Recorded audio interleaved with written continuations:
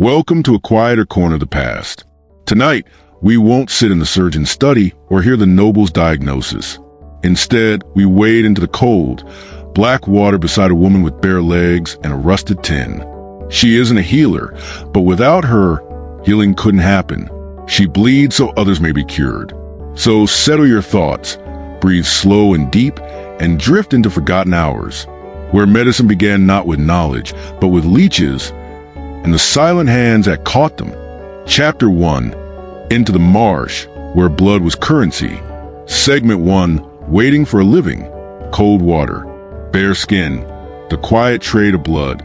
The day begins long before the sky turns gray, before the birds think to stir, before the church bells chime their first slow call. You rise not because you are rested, but because the work won't wait. It never does. Your hands, rough and damp from yesterday's water, still smell of iron and mud. The tin beside your bed, a rust-flaked, dented little thing, sits ready. Your feet, already calloused, will know the path without sight. You do not eat before you leave. The cold takes the hunger. And food must wait until something lives in your can, until the tiny creatures you seek begin to squirm beneath your fingers. Outside, the world is muffled. A thick mist clings low to the earth like a sleeping beast. The trees rise as gray shadows in the distance, but you head in the opposite direction, toward the marsh. The grass is wet beneath your soles. The morning dew isn't gentle. It soaks through in seconds, but you're used to it.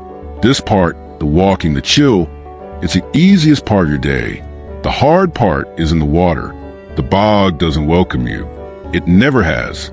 Its surface is dark and still, broken only by the trembling ripple of unseen things below. But you step forward, first one foot, then the other. The cold licks your ankles, creeps up your calves. Soon, it wraps your knees, your thighs. The water is deeper than it looks. It always is. Beneath its surface, the mud reaches up with thick, sucking hands, gripping your steps like slow, heavy breath. You move carefully, not from fear of drowning, but because if you slip, if you fall, your tin will tip and the morning's work will be wasted. No one pays for dead leeches. There are no tools here, no gloves, no nets, only your skin and the blood it holds. You are the bait, you are the method, you are the offering, and that's what they want. The leeches, at first you feel nothing, just a numbness of cold, the pull of mud, then the tiniest tickle, a brushing, a pinch, and then they latch. 1, 2, then more. By the time the pain starts, dull then sharp, then distant, you already know it's working. They're here. You reach down and pluck them gently from your legs, careful not to crush or bruise. Some are thin and slick like strands of seaweed. Others already swell with your blood, their bodies dark and pulsing, full and wriggling. Into the kin they go, one by one, a dozen, then 2. The water grows clouded with red. You try not to look at the color. You try not to feel lightheaded. This is not a profession. It is survival. You did not choose it. You inherited it. Passed down not in books or apprenticeships, but in glances and gestures, in whispers from older women who had walked the same path decades before.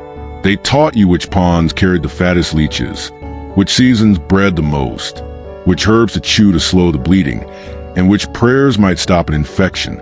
You remember their stories. You do not remember their names. Sometimes the water is kind. The leeches find you quickly. They fill your kin before the sun clears the mist. But more often they are slow. They hide. They wait. You walk for hours, legs numb, blood trickling slowly from the same bites as yesterday, hoping for movement in the dark. Your feet slip often. The floor of the bog is not flat. It dips suddenly, betrays you with soft pockets that suck your step and threaten to hold it. When your foot vanishes beneath you, you must wrench it free with care. Pull too hard and you'll fall. Move too slow and your boot will stay behind.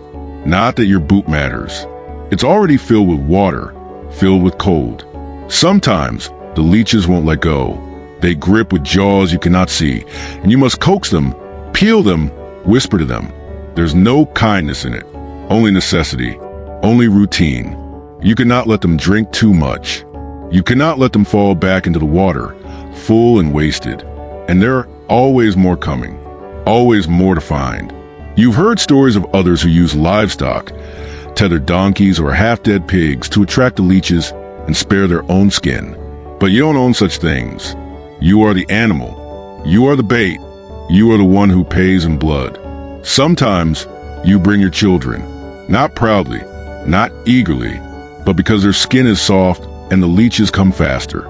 You wrap their legs in cloth and murmur lies. It won't hurt much. We'll be done soon. There'll be bread after. But they cry all the same. The first bite always surprises them. You let them cry. You do not have time to stop. Around you, the marsh hums. The flies begin their buzz. The mist lifts slowly. The sun tries to shine, but it never warms you. The reeds rustle with wind or birds or things you don't wish to see. But none of that matters. You count your leeches. You watch the level rise in your tin. The more they wriggle, the better your day will be. But they must be kept alive. That is the rule. Once you try to dry them, hoping it would be cleaner, easier, but they died. Dried like old herbs, brittle and black. No one would buy them. The physician shouted. The midwife turned you away. Your children went to bed with grumbling stomachs. You did not make that mistake again. So you carry them in damp moss now, in cold water, in jars if you're lucky, though usually it's just a can covered with scrap of linen to keep the sun out and the air in. By midday, the blood doesn't clot anymore. Your skin is blotched and pale. The bites from earlier still weep. Some you don't even feel. You've grown used to sensation, sharp and warm, then absent. Your legs are a map of small scars now. Some white, some pink, some raised and red. You try not to look. You think of the market as you work, of the faces you'll see, the ones who hand you coins without a word, the ones who wrinkle their noses as you pass. They will not meet your eyes, but they need what you carry. Their shops, their cures, their hopes. They all depend on what squirmed through your hands. They will never admit it. The sky lightens to a pale, washed-out blue. The sun still does not warm you. The wind is picked up now, and it cuts across the way of your dress like a blade. But your tin is full. Nearly. Almost. Just enough. If they all survive the night, you say a silent prayer, not for yourself, but for the leeches, that they live, that they sell, that they do not die before coin meets palm. Because if they die, you've bled for nothing, and you have so little left to give. You climb from a marsh slowly, dragging one foot after the other, legs numb and trembling, can held high to keep the lid steady. You will clean yourself in the stream. If you can, you will chew feverfew, wrap your legs in strips of old cloth, and hope none of the wounds turn angry and red by morning.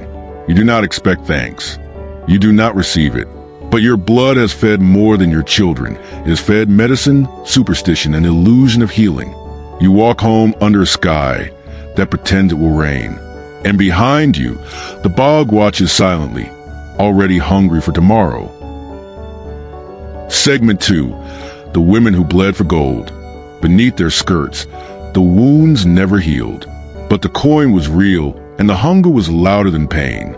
She stands at the edge of the marsh with the rising sun behind her, its early light catching the fine mist that curls like smoke around her legs. Her skirt is lifted high above the knees and tucked into her sash. Bare feet pressed down into the soft, cold mud. There is no hesitation, no whisper of reluctance. She has done this every morning for years. Her name is Agnes, and she is one of the many women who bleed for a living. Her hands are calloused, fingers thickened by work, not from sewing lace or kneading fine dough, but from hauling damp firewood and lifting heavy water jars. Her hair is tied back with a rag once white, now the color of earth. Her eyes are clear and alert, though not young. Lines curl their corners, etched not by laughter, but by squinting through fog, sun, and long days of strain. Agnes steps into the water. It hugs her skin like a breath held too long. Her legs are pockmarked with old scars, some faded, some fresh. She does not look down. She does not flinch. The bite will come, as it always does. That cold, sharp sting as a leech latches on, finding warmth beneath the skin. One, then another, then more. She lets them drink. These are not wild leeches caught by accident. These are her bait, her harvest. Her blood is the price. She does not resist it. In fact, she needs them to feed, needs them to grow fat and sluggish before she plucks them off and tucks them into a cloth-lined tin that floats beside her. The fatter they are, the more coin they bring, and her family needs every farthing. Back on the shore, her daughter watches. 12 years old, too young to work yet, but not for long.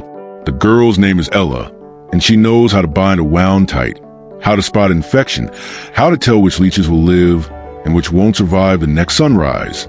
She's seen too much to be called a child, but not enough to be called a woman. Not yet. Soon, though, soon, she will join her mother in the marsh. She already knows she will bleed too. Agnes remembers the first time she waded in herself. Before Ella, before the hunger grew sharp, before her husband fell from scaffolding and left her with mouths to feed, and a cottage too damp to keep the sickness out. There had been no other work. None that paid. None that didn't take more than it gave. Leech collecting was not glamorous. It was not admired, but it was needed, and it was open to women like her, those without land, without name, without options. They had said, only a few bites, only a bit of blood, but the truth was always more. The leeches clung longer than expected. The wounds took longer to close. The infections came easier than they should. The pain in the legs, the shaking from blood loss, the fevers, those were the hidden costs no one paid but her. She waited in any way. The women of the village talk little of their work. They meet at the well, pass by each other on the road, sometimes nod, sometimes not. Their fellowship is quiet, not out of shame, but from weariness. They all know what it means to stand ankle-deep in black water, while the sun hasn't yet cleared the hills. They all know the soft squirm of something feeding off you, and how strange it feels not to resist. The church does not speak of them. The men at the tavern do not mention their names. But the physicians do. The monks do. The scholars in distant cities with fine robes and ink-stained fingers. They write of leech therapy as a gift from the ancients. They praise the method, note its uses, debate its timing. They never speak of the women whose blood fueled it all. Not once. Sometimes Agnes wonders what it would feel like to be acknowledged, just once, to have someone say thank you. Not the apothecary, not the broker who buys her catch with wrinkled hands and turns away as if he might catch her poverty through his breath, but someone real, someone who understands the weight she carries. Someone who sees a trail of bandages drying on the hearth. But there is no time for dreams. The sun is higher now. The water has warmed slightly, enough to be bearable. The leeches are active. They twist in the shallows like black ribbons, drawn to the pulse beneath her skin. One finds the back of her knee and bites too high. The pain is sharper than usual. Her leg buckles slightly, but she catches herself, breathing through her teeth. She cannot afford to fall. Not today. Not with the broker coming early. She needs a full tin, and her daughter needs shoes. The ones she wears are cracked. Winter will come soon. Ella watches from the bank. She wants to help, wants to wade in, but Agnes shakes her head. Not yet. There is still time to be a child. Still a few mornings left before the marsh takes her too. In the nearby village, other women begin their walk to the marshes. Old women, thin and bent from age and hardship. Young women, barely past girlhood, led by older sisters or cousins. Some carry small sacks, others tin bowls. All walk with the same silent resolve. They know this trade.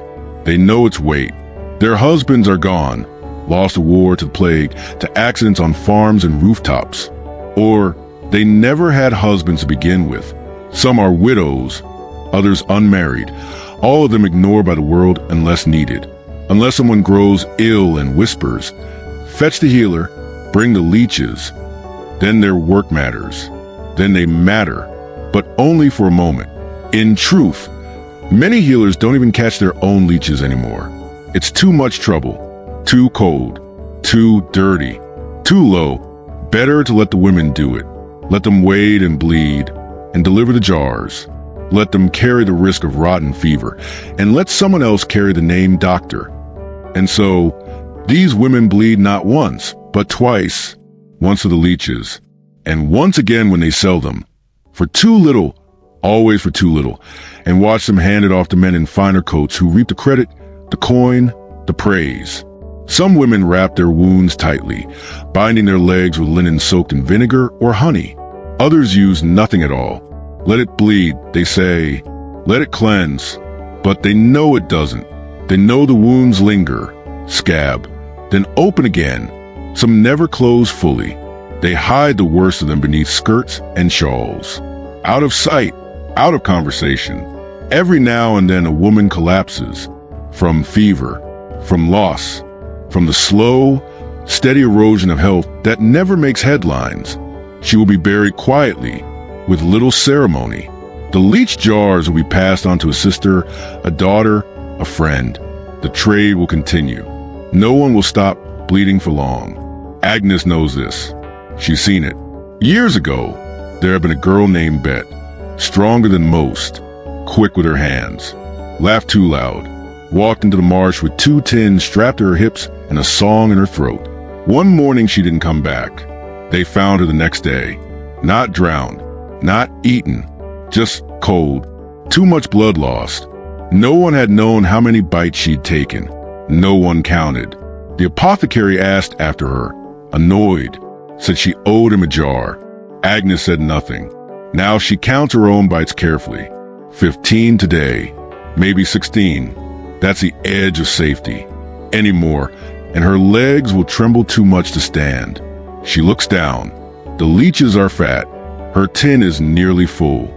She plucks the last one from her thigh, watching as it curls in her fingers. It is sleek and strong. A good catch. She lowers it into the tin and seals the lid with wax cloth. The water's surface ripples once as she steps out, her legs streaked with red and mud. She wipes them with a damp rag, wincing at the tenderness around each bite. Ella hands her a dry wrap and helps tie it around the worst wound. She does it gently with small, practiced fingers. She will be a good collector someday. Too good, perhaps. They walk home together, slowly. The tin swings from Agnes' hand. It clinks softly, like coins might if they were ever given directly. Tonight, she will trade this tin for food, bread, maybe a slice of meat, maybe nothing more than oats. But she will feed her daughter, and tomorrow she will wait again. Not because she wants to, because she must. Because her blood is cheaper than a man's time and more plentiful than mercy. And because in the muddy corners of medicine, someone must always bleed first. Segment 3, Girls of the Bog. They learn to stand still, to hide the sting, and to smile through shivering. Childhood ended where the mud began. The marsh doesn't care how old you are. It does not notice the trembling in your knees or the softness of your skin. It doesn't distinguish between the woman who's been waiting since her wedding day and the girl who just today learned to lift her hem and step into the cold. To the marsh, all legs are bait. All blood is welcome. It begins early, younger than one might expect. A girl may still be losing baby teeth, still cradling a straw doll tied with ribbon, and yet be expected to learn the art of collecting leeches. Not from books, not from stories, but from mothers and sisters who show her, step by step, how to stand still, how to breathe through the sting, and how not to flinch when something small and slimy curls around her ankle. Her name might be Isabel or Maud or Lettuce. No one calls her a child here. Childhood, like clean hands, doesn't last in the marsh. Isabel is 7 when she first follows her mother to the edge of the bog. The morning is cool, and the grass glistens with dew. She carries a smaller tin than the others, not yet strong enough to lift a full one. Her hands are raw from gathering with the day before. Her mother says little, just gestures to the water and nods. Knees in, not too deep. Isabel steps in, trembling. The chill slices through her, and the mud gives way underfoot. She stumbles once, twice, but catches herself. She wants to cry, not from pain, but from the sheer unfamiliarity of it. The silence, the weight, the way the cold makes her want to run. But she doesn't. She looks back and sees her mother, unmoving, watching with the practiced calm of someone who's done this 1,000 times. And so, She stays. The first bite surprises her. A little leech, no longer than a finger, finds its way to the softened side of her thigh. There is no warning, no pain at first, just a prick, like a splinter slipping in. Then a sensation she can't name. A pull, a pressure, a knowing that something is taking from her. She gasps. Her mother shakes her head. Don't slap it. Let it drink. It drinks. By the time they leave, Isabel has 5 leech bites and a tin that wriggles with success. She limps a little as they walk home, clutching the tin to her chest like it's something sacred. Her legs ache. One of the bites still bleeds. Her hands are streaked with dirt and dried blood. But her mother says, "Good," and ruffles her hair before handing her a chunk of rye bread. That night, they eat better than usual. This is how it starts. In every village with marshes nearby, there are girls like Isabel. They are never written about in medical treatises or recorded in tax rolls, but they exist quietly in the shadow of necessity. Some come willingly, wanting to help their families. Others are pulled along by circumstance, by hunger, by the aching silence that follows a lost father or sick sibling. They wade into the bog not because they are brave, but because they are told there is no other way. They are taught the rules quickly. Keep your legs bare, skirts catch things. Move slowly, splash, and they'll swim away. Don't shiver too much. It stirs the water. Don't bleed too long. Wrap it, even with grass, if you must. Count what you catch. Count what you lose. Always keep the lid tight. The older girls teach the younger ones. They whisper tips as they work. They like the back of the knees best. If it swells too fast, it'll die before market. Don't sell to man with the red hat. He cheats. They laugh sometimes, in little bursts between bites, not because it's funny, but because laughter breaks the stillness, and stillness too long becomes unbearable. But even laughter has its limits. Sometimes the leeches attach in hidden places, behind the thigh, at the base of the spine. The girls pretend not to notice. They learn to hide the pain, to smile when it stings, to keep their eyes forward. Pride becomes a form of armor. If they can pretend the pain doesn't matter, maybe it won't. They also learn what to do when a bite goes bad, when the wound doesn't clot or it turns hot or starts to stink. Boil nettles, mash them into a paste. Use cloth soaked in salt water. Keep it dry if you can, which is never. Marsh wounds rarely heal cleanly. Most girls have a scar or 5. Some have many more. There's one girl, tall for her age, who wears a strip of linen under her skirt every day to catch the blood that doesn't stop. Her name is Alice, and she never complains. Once, a boy in town made fun of her limp. She stared at him until he walked away, ashamed. No one mocked her again. The girls become hard without meaning to. Not cruel, but inward. They learn to look after one another. When one grows too pale, they make her sit down. When someone cries, they gather around like reeds around a stone. Soft, quiet, but shielding. They do not say, "It will be all right." They say, "Hold my tin, rest." That is comfort enough. Yet, every so often, one does not return. The bog takes them. Or illness. Or something worse. A fever after a bad bite. A slip into deep water. A fall unseen, unheard. The marsh holds its secrets. When that happens, there are no grand funerals. The priest may say a word. The neighbors may bring bread. But by the next day, another girl takes her place. The tins must still be filled. The jars still delivered. Blood, after all, waits for no one. There are stories, half true, half dreamed, of a girl who grew rich from collecting, who sold her leeches directly to nobles and escaped the mud forever. The girls tell to one another sometimes. After the work is done, a flicker of hope, a dream stitched from hunger and desperation. They know it's not real, but it helps to imagine something brighter than the fog. They also tell other stories, of leeches that talk, of marsh spirits that protect certain girls, of ghosts who walk the reeds whispering names. Superstition clings to them like mist. They carry talismans in secret, bones, ribbons, pebbles wrapped in thread. Anything to keep the bites from going bad. Anything to make the work a little less heavy. By 13 or 14, most of the girls are as skilled as any adult. They know which pools hold the best leeches. They can tell by smell if the water's gone sour. They know how to harvest without bleeding too much, and how to catch a leech without crushing it. Their fingers are fast, their faces expressionless, their eyes older than their years. But with age comes another danger. As they begin to grow into womanhood, the work becomes more complicated. Men look at them differently. Traders speak with less kindness. The safety of childhood, then as it was, fades. Some mothers begin to keep them closer. Others send them to market only in pairs. Whispers drift through the village of girls who vanished on a road, who were followed, who never made it home. The marsh may not be the only danger. Still, they work. Still, they wade. They do so not out of choice, but out of need. Because coin is rare. Because bread is not free. Because the work, though painful, is work.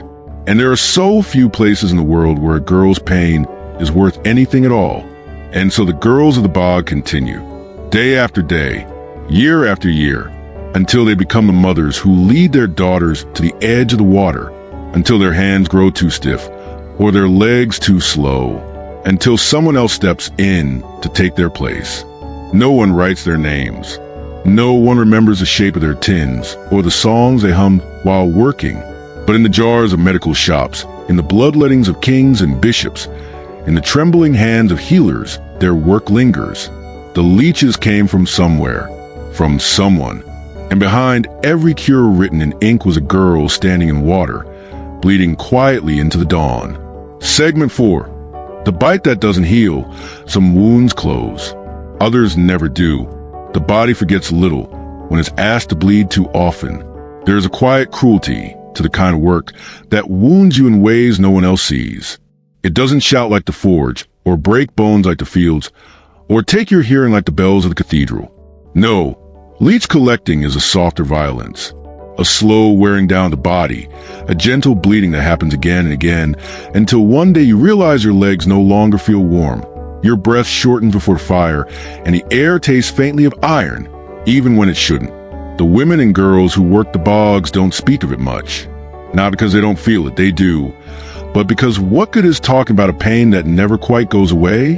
A dull ache in the calves, a sting when the cold water seeps into old wounds, a heat that rises from the flesh long after the leeches are gone. These things become part of the rhythm of living.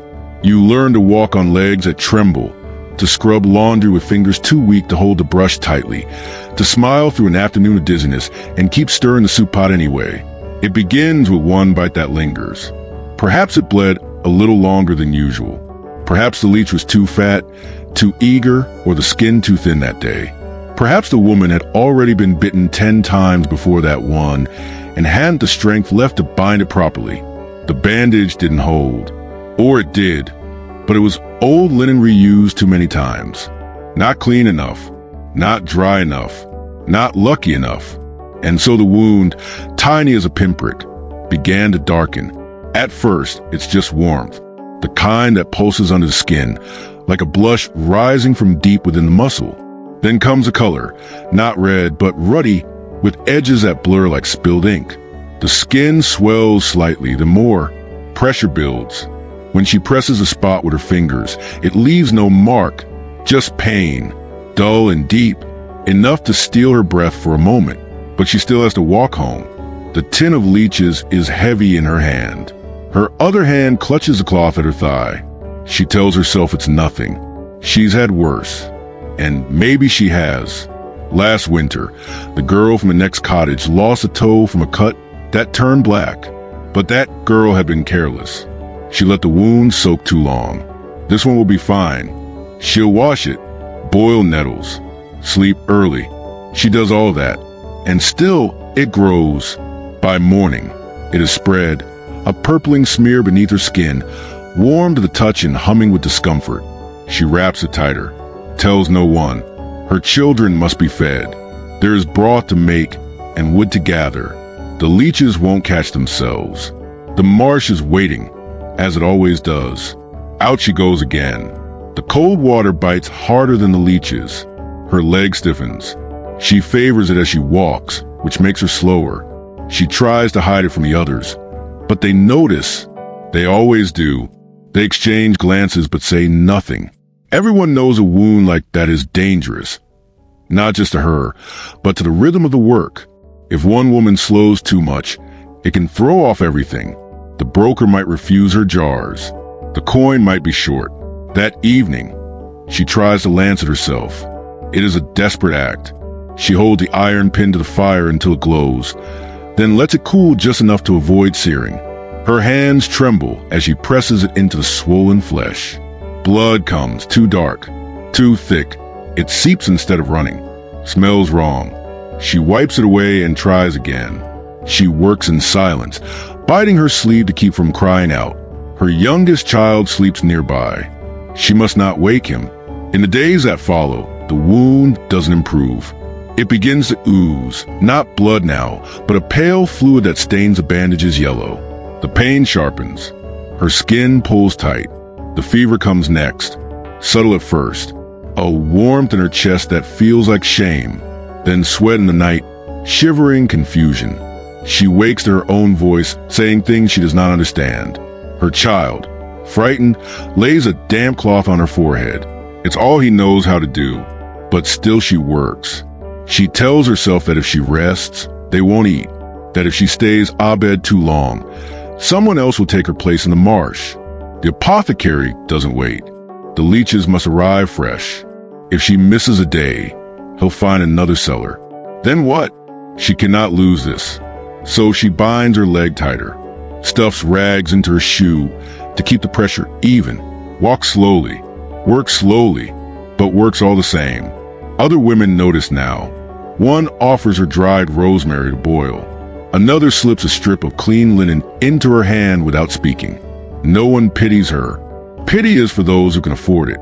What they offer is quiet solidarity.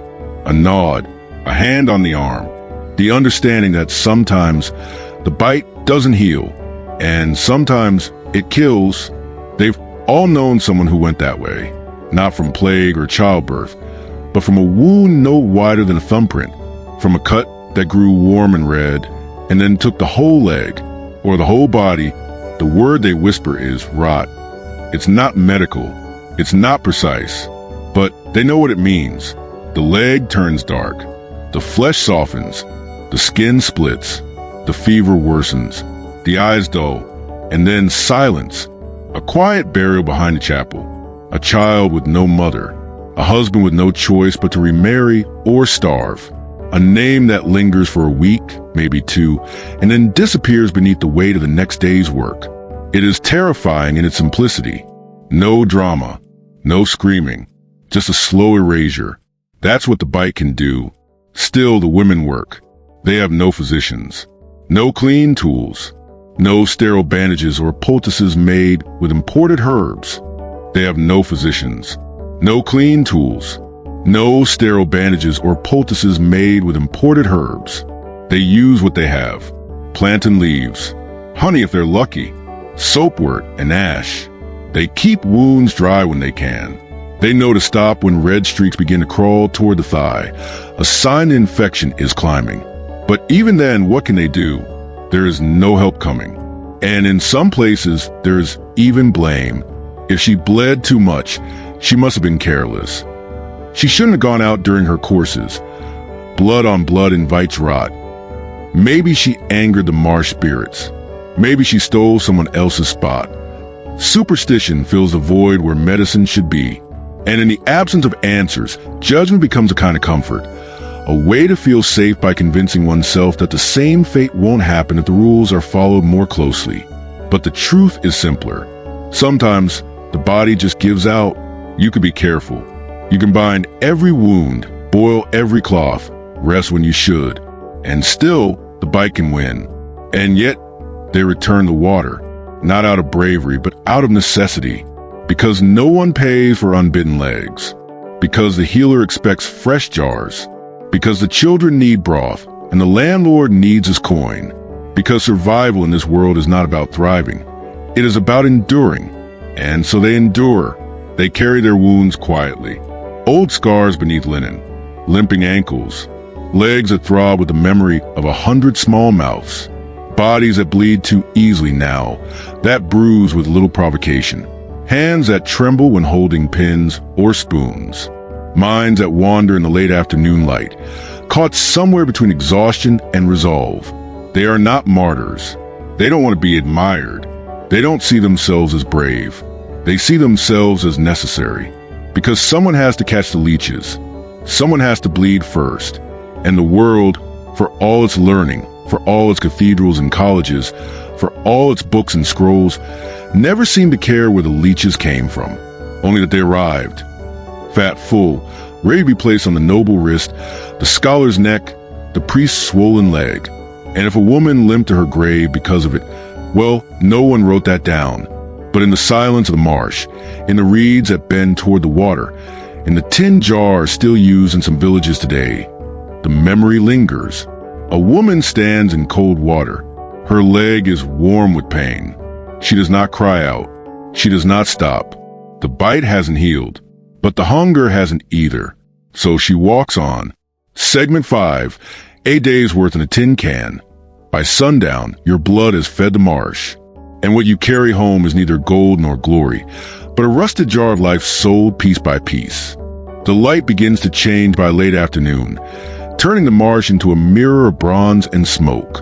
The reeds glow at their tips like candle wicks. The water stills into dark glass.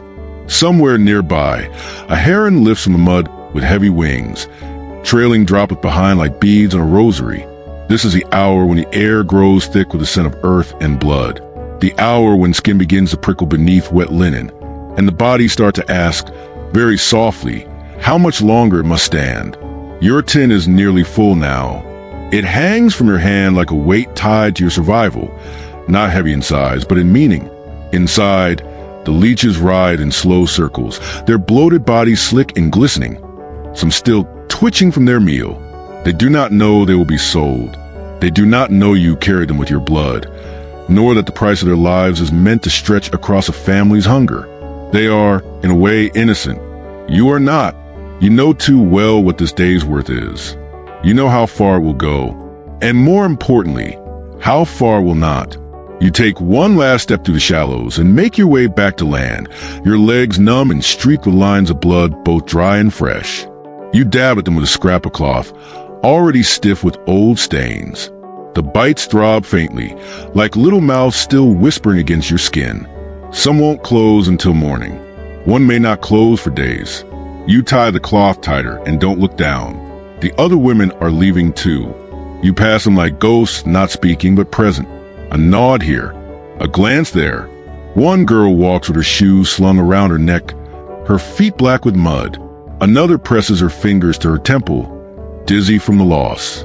Someone else has wrapped their leg, so tightly it bulges at the seam. You do not ask what's underneath. You do not want to know. The path home is not long, but it feels longer with every step. The bog trails behind you like a secret you're trying to leave behind. You feel it's cold in your bones, in the softness of your joints, in the bend of your spine.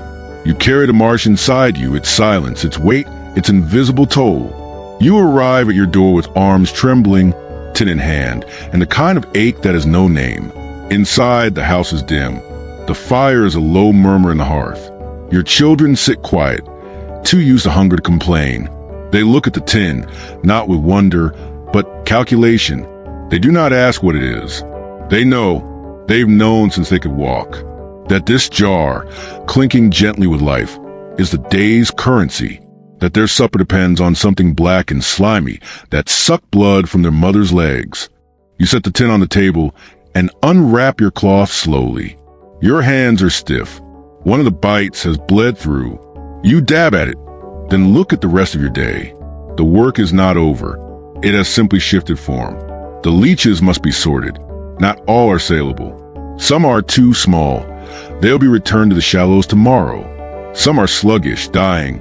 You will feed them bits of offal if you have it, though you rarely do. A few are perfect, fat, smooth, dark, coiling with strength. These will fetch the most coin. These are the ones you wrap in moss and tuck into a clay jar, sealed with wax cloth and twine. You mark it with charcoal. Today's harvest. The fire crackles, low and comforting. The warmth feels strange after the chill. You shift your legs closer to it, letting the heat creep into your bones like sunlight through shutters. It hurts, but it's a good hurt, the kind that reminds you you're still here. Dinner is thin, oats boiled in water with a shred of onion. You eat slowly, chew with care, drink from the same bowl as your youngest. There is no shame in this, only reality. You tell a small story about a frog that leapt too high and lost its voice just to make the meal stretch longer. The children smile, tiredly. That is enough. When they sleep, you ready yourself for the morning.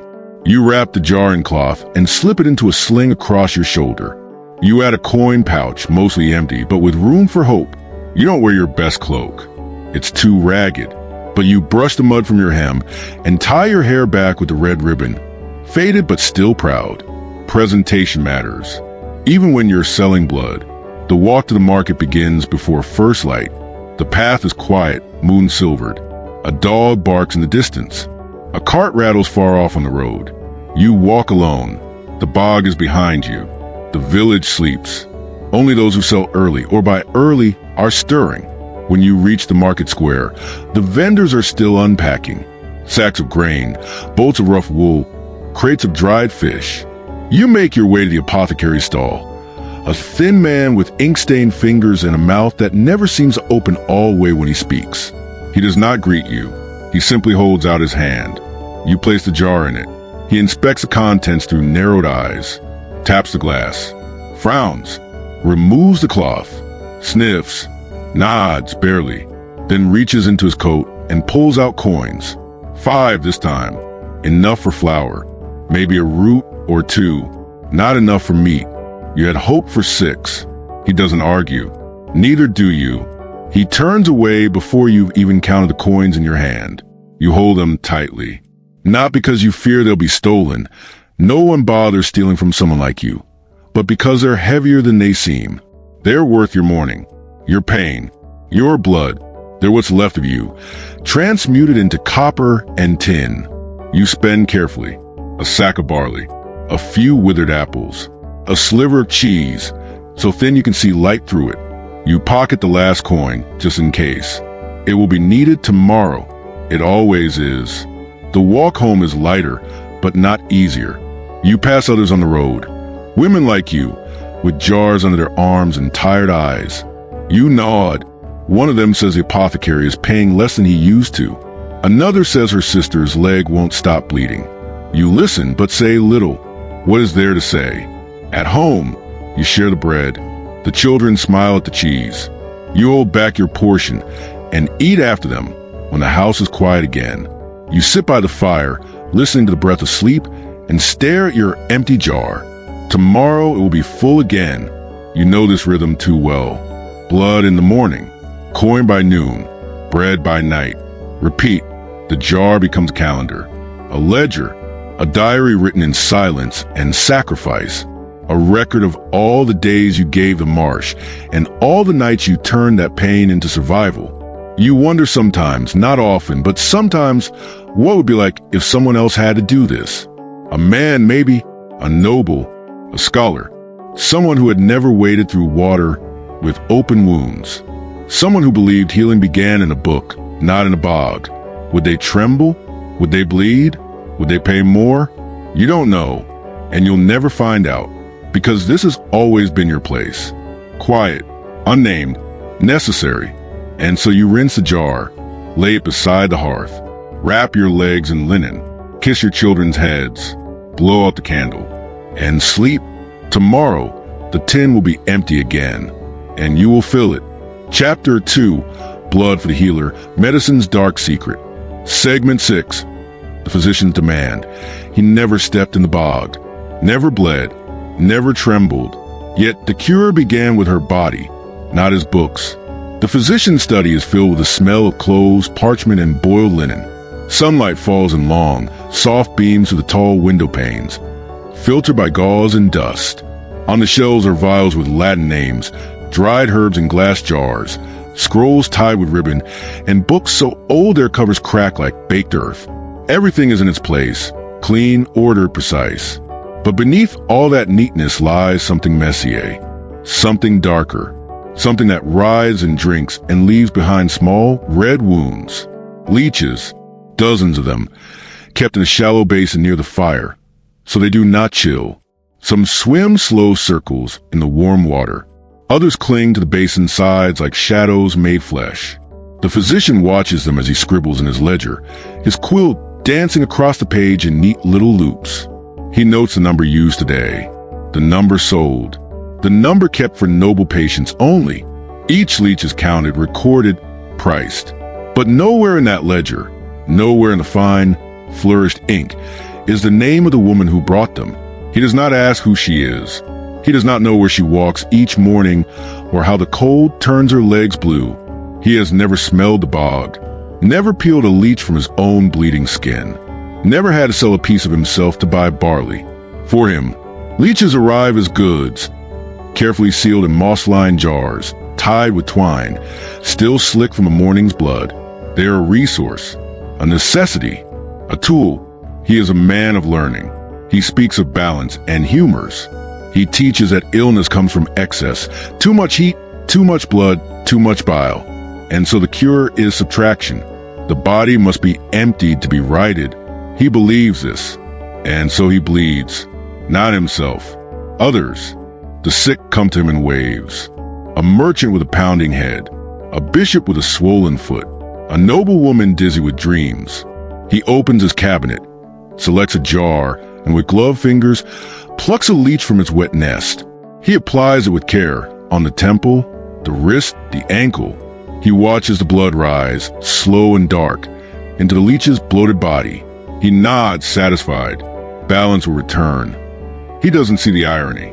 The woman who caught that leech had no balance to begin with, no food to match the blood she lost, no physician to bandage her, no ledger to mark her sacrifice.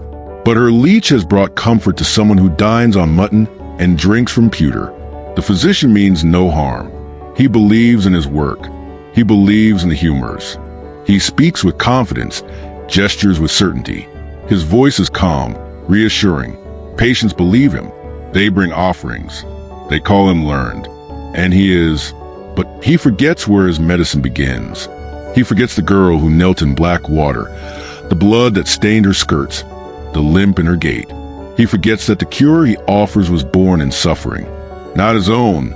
Every morning, just before sunrise, the leech jars arrive, quietly, discreetly, set on the stone steps by the back door, sometimes by the woman herself, sometimes by her son. She never comes inside. She knows her place, knows that her presence in the front parlor with wrinkled noses and furrowed brows. Her work is essential but invisible. The physician's apprentice collects the jars, checks the weight, opens the cloth, and nods. Payment is left in a small pouch, copper and tin, always less than deserved. No words are exchanged. The deal is done. Inside, the physician prepares for his rounds. He wears robes of dark blue, trimmed in white, a color meant to evoke purity and trust. He carries his lancet, his herbs, his books. He visits patients across the city, from stone cottages to manor halls. In each place, he brings the same ritual. You have too much blood, he explains, too much heat in your liver, too much sadness in your spleen. Let's draw it out. The leech does the work. It clings, it drinks, it falls heavy with blood, and the patient, believing in balance, sighs with relief. Sometimes it works. The fever breaks, the pressure lessens, the swelling fades. But sometimes it doesn't. Sometimes the patient weakens further, grows pale, faints, but the physician remains firm. It is the humors. They must be tempered. He does not blame the leech, nor himself. He never asks who paid in blood before the cure could be delivered. There are many physicians like him across the kingdom, in towns and cities, in abbeys and castles, each one with shelves of tools, with jars of leeches labeled in ink.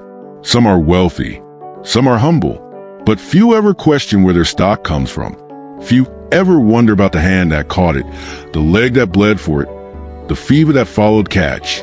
And yet, without her, they would have nothing. The apothecary may act as a middleman, The monk may boil the herbs.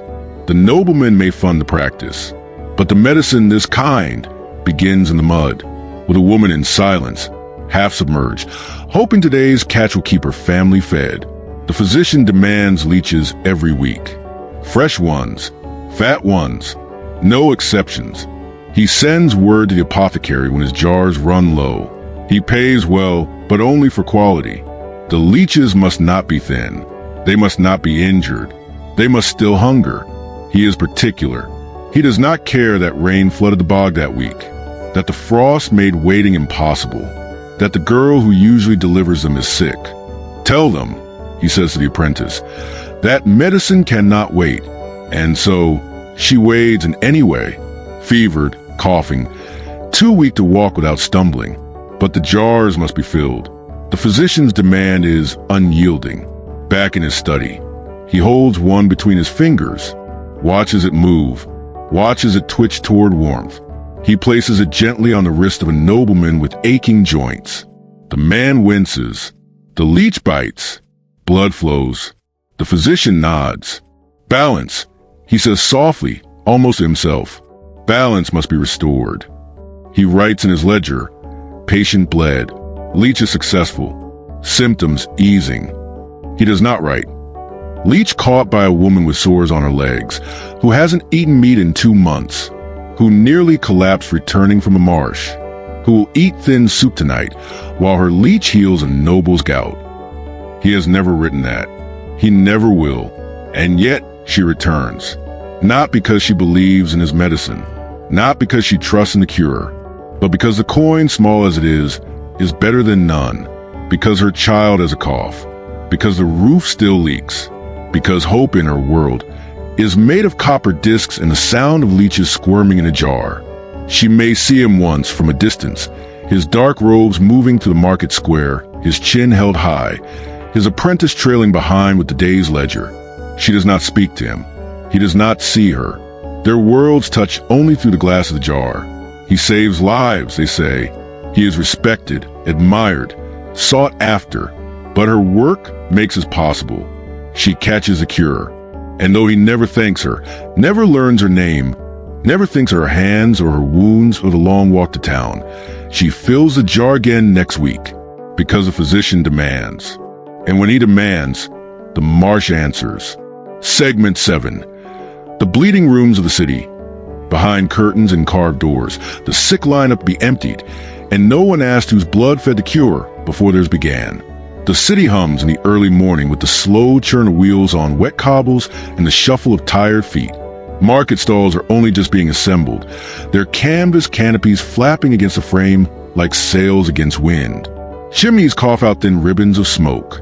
Church bells mutter instead of ring. This hour belongs to those who serve.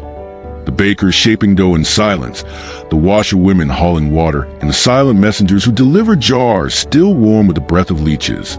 Just off one crooked alley in the heart of the old quarter stands a low stone building with narrow windows and a lintel blackened by years of smoke. It is not grand. It does not wear the prestige of a monastery or the spires of a cathedral. But those who walk its hallway wear dark robes and speak Latin softly to one another. To the poor, it is a place of hope. To the noble, it is a place of necessity. To the collector who leaves her tin on the back step, it is a place where her labor becomes invisible the moment the door opens. Inside, the bleeding rooms are small, simple. A table, a stool, a brazier for warmth, a shelf of jars. The light filters through thick glass in a greenish hue. Everything smells faintly of iron and vinegar. There is no music here, no laughter, just the quiet groan of old floorboards and the occasional clink of a basin being set down.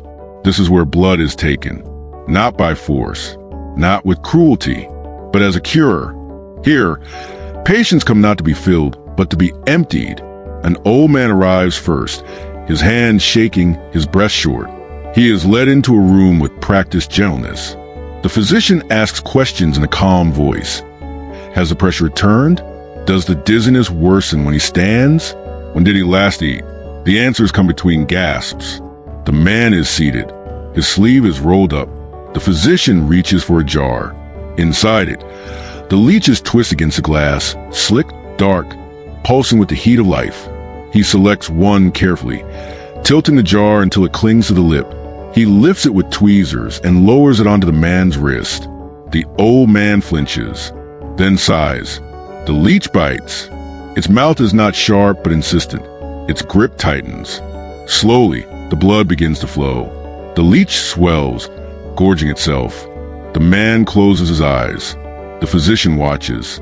It is a ritual that has happened countless times in this room. There's a rhythm to it now, a procedure. When the leech has fed its fill, it drops into a waiting dish. The wrist is wrapped. The patient is given broth. He smiles faintly, says he feels lighter, balance restored. But that leech, fat, fed, now discarded, was not conjured from nothing. It came from a tin placed on a step in the early dawn, left by a woman who will never see the inside of this room. She will never be offered broth, never be asked about her dizziness. Her balance is not the kind that physicians concern themselves with. In the hallway outside the bleeding room, the apprentice is unpacking another delivery. Jars are unwrapped from linen, their contents sorted. The good leeches, fat, active, dark, are kept. The rest are discarded. No one questions what happens to the rejected ones. No one thinks about what they cost. The woman who brought them, barefoot, wrapped in shawls, her legs bandaged, walked 3 miles to deliver that jar. Her hands were raw from the cold. One leech had escaped during the walk and bit her ankle. She bled the entire way, the warmth of her own blood seeping into her sock. She said nothing when she handed the jar to the boy who opened the back door, just nodded and turned away. She knows not all of them will be used. She knows the rest may be thrown into the ash heap behind the apothecary's shop or ground into some strange tonic, but she brings them anyway. Because even if only 3 are chosen, that's enough for bread. Inside the bleeding room, the next patient is a woman with tired eyes and a voice that trembles. She says her husband cannot work, that she cannot sleep, that her joints feel full of fire. The physician nods. It is the humors, he says. Blood too hot, too thick. He selects 3 leeches, applies one to her temple, one to the crook of her elbow, one to her ankle. They cling, they bite, they feed.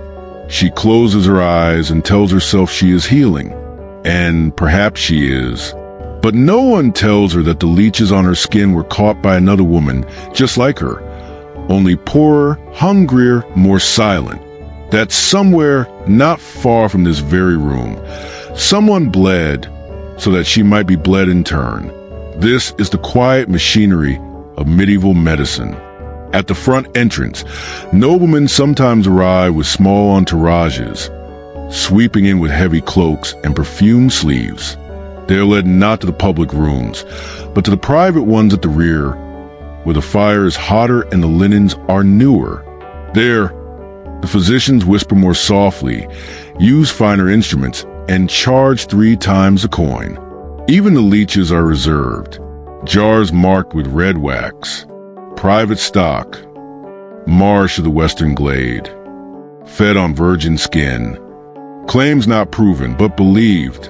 Worth more because someone said they were. The physician tells the nobleman that these are the best, that these leeches have not fed in days, that they are eager, that they will draw out his melancholy, his anger, his tiredness. The nobleman nods, impressed. The leeches are applied. They drink. No one mentions a girl who stood in a bog before sunrise, shivering in her thin shift, letting those very creatures draw blood from her legs so they might be sold as untouched. She is part of the cure, but not the conversation.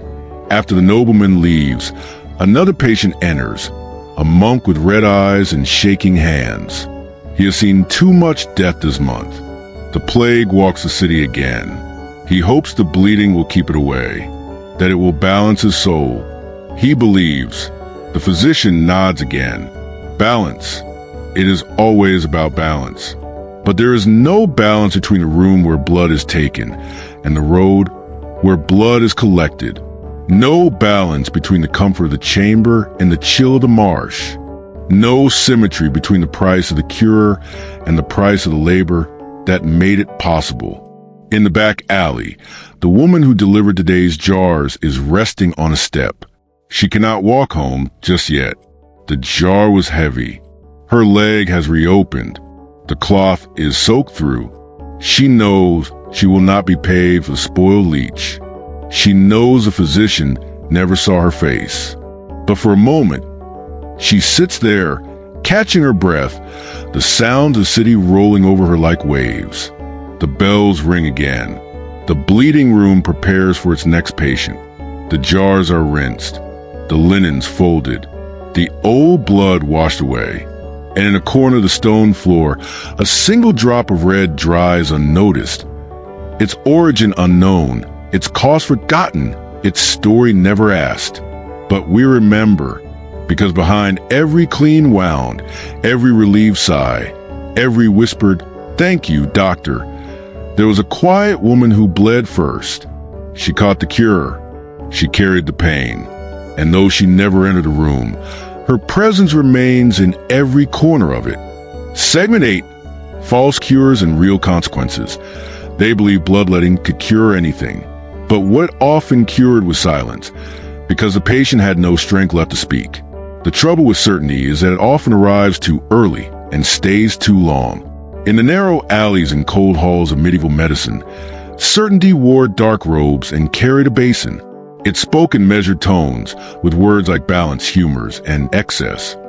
And it bled the sick to make them well. The physician believed, as many did, that illness came not from something you touched or breathed or ate, but from an imbalance inside you. Your body was governed by 4 humors: blood, phlegm, black bile, and yellow bile. Too much of any one caused disease. Too much heat, and fevers came. Too much moisture, and the lungs filled. Too much blood, and the mind clouded. The limbs ached. The heart raced.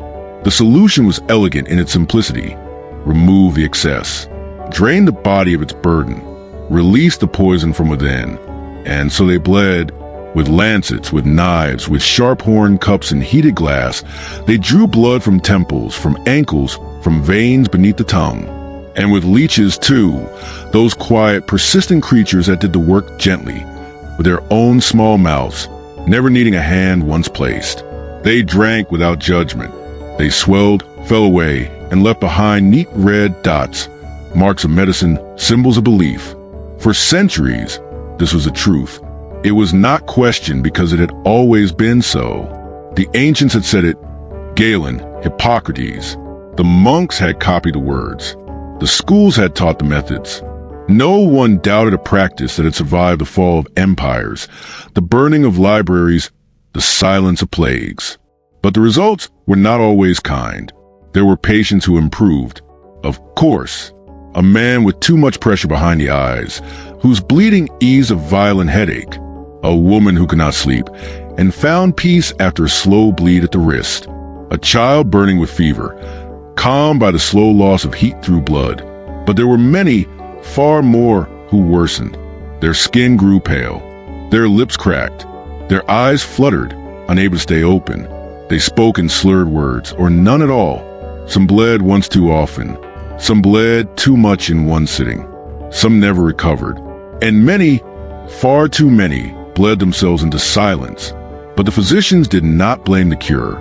They blamed the timing, the dosage, the patient's temperament, the season, the phase of the moon. The failure, somehow, was never the method, but the application. He should have been bled at sunrise, not noon. She was too melancholy. It made her weak. The illness was already too far gone. And so the cure remained untouched by guilt. In one small village, a merchant brought his wife to the physician because she had grown pale and tired. She could no longer eat. Her heart raced at night.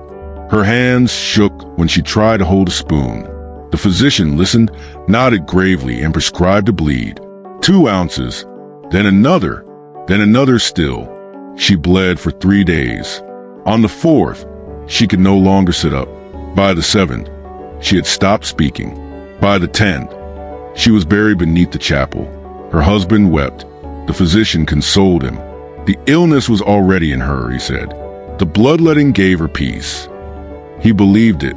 He had not seen her before the first cut, standing upright, frightened but hopeful. He had not seen her grip the edges of the stool, whispering that she was cold. He had not seen her try to lift the cup to her lips and fail. But the ledger marked it. Bled 3 times. Illness unrelieved. Death due to natural decline. The leeches she had been given came from a jar delivered 2 days earlier. The girl who had caught them still had bite marks on her thighs. She had nearly fainted in the bog from hunger, but she brought them, wrapped in moss, carefully sorted. She would never know what they were used for. She would never be told who died with her leech on their skin. She would never be paid more, even though the jars had been perfect. This was a false promise of medicine in that time. The more it failed, the more fiercely it was believed. When a noble child fell ill with fever, the physician bled him twice in a single day. The boy stopped crying by nightfall, and the physician nodded, satisfied. The fever has broken, he said. In truth, the child no longer had the strength to cry. By morning he was cold. The mother wailed. The father turned to the chapel. The physician wrote, "Balance restored too late," and moved on to the next patient. There were even bleeding charts, precise, meticulous documents showing where to cut for each ailment, each mood, each season. Bleed the right arm for a headache, the left ankle for melancholy, behind the ear for stubborn thoughts. Leeches were recommended for the temples, the joints, the belly. There was art in it, practice, discipline, but no doubt, the truth is, leeches often became the cure for everything. Headaches, fevers, lethargy, madness, pains of the womb, troubles of the heart. If something ailed you and had no clear shape or wound, a leech might help. Or so they said. And if it didn't, well, then the illness was too deep, the humors too far out of order, or the patient too sinful, too sad, too angry, too cold. Never the curer's fault, rarely the doctor's. In the back rooms of towns and cities, bleeding continued day after day. Jars of leeches came and went, some still wriggling, some used and discarded. The same blood that was drained from the wrist of a bishop had first been drawn from the legs of a woman too poor to be seen by the very healer whose jar she filled. But in the margins of this world, whispers began to rise. Some midwives questioned the practice. Too much blood is lost in birth already, they said. Why weaken her further? Some monks, copying old texts, wondered why Galen never spoke of leeches with such frequency. Some country healers, working from plants and poultices, murmured that perhaps the curer should not always make the patient fainter. But these voices were low, and they were often dismissed, because tradition is a fortress, and belief, once taught as truth, builds walls thicker than any logic can break. And so the bleeding went on, for kings and cobblers, for monks and masons, for mothers and babes. Leeches remained in every healer's kit. In cities, they were sold in stalls beside herbs and incense. In villages, they were kept in small jars under the floor. Some were passed from hand to hand, shared between families. It worked for my cousin's cough, one might say. It drew out my uncle's bile. And who could argue? The sick sometimes got better. But how many would have healed with rest? With warmth? With clean water? With food? No one could say, because the leech had already been applied. The blood had already been taken. The cure, whether false or true, had been tried. And no one ever knew what might have happened without it. In this way, the bleeding rooms continued. The leech jars arrived. The women bled in the marsh, so the patients might bleed in the city. The physicians trusted their training. The sick trusted the physicians. And the method survived. Even now, in faded medical texts, you'll find drawings of leeches curled against pale skin. You'll find bleeding charts copied with care. You'll find no mention of those who supplied them, the collectors, the nameless, the bitten. They left no records, only scars. And when the patients faded and the rooms emptied and the cure failed, there was no trial, no reckoning, just another jar ordered, another delivery accepted, The leeches, after all, could not speak, and neither could those who died quietly from too much medicine. Segment 9. The superstition of the swell. Some said if a leech swelled too fast, it meant death was close. Others carried charms to keep their blood from calling. And in the silence of the marsh, not everything that clung had a mouth. There were things they did not say out loud in the marsh, not because they didn't believe them, but because they believed them too much. A word spoken at the wrong moment, in the wrong breath, could turn bad luck into certainty. And when you worked with leeches, creatures that fed in silence and left no scream, only a pulse, you learned to step carefully between science and something else. The women knew this, not just the oldest, who had seen 30 winters or more, but the girls too, the ones still learning to wade without slipping, still flinching at the first bite. They learned quickly that the marsh had rules older than medicine, and not all of them were written in Latin. If a leech swelled too fast, some whispered, it meant the blood it drank was cursed, that the sickness had already taken root too deep, that the person it fed on would not see another sunrise. If it dropped too soon, it meant fear, either from the leech or from something it sensed in the flesh. They know things, the women would mutter, turning their jars 3 times before sealing them. They smell the end. Not all believe this, of course, but belief doesn't need all. It just needs one woman to say it with enough certainty that the others leave a little more space between the jars that night. Superstition wounded itself through the leech collector's world like mist between reeds. Soft, ever-present, never quite seen in full. And in a trade that dealt with blood, silence, and death, it made a strange kind of sense. Some carried charms. A carved bone tied with black thread. A piece of wool soaked in milk. A pebble with 3 holes worn through by water. These were kept in apron pockets, pinned beneath cloaks, or slipped inside the jar when the catch was bad. To keep the water kind, they said. To keep the bites clean. Others wore red string around their ankles, believing it kept the worst leeches away. The one said to drink too long, or burrow in instead of releasing. One woman swore she'd seen a leech climb up a girl's leg, past the knee, and vanish under her skirt.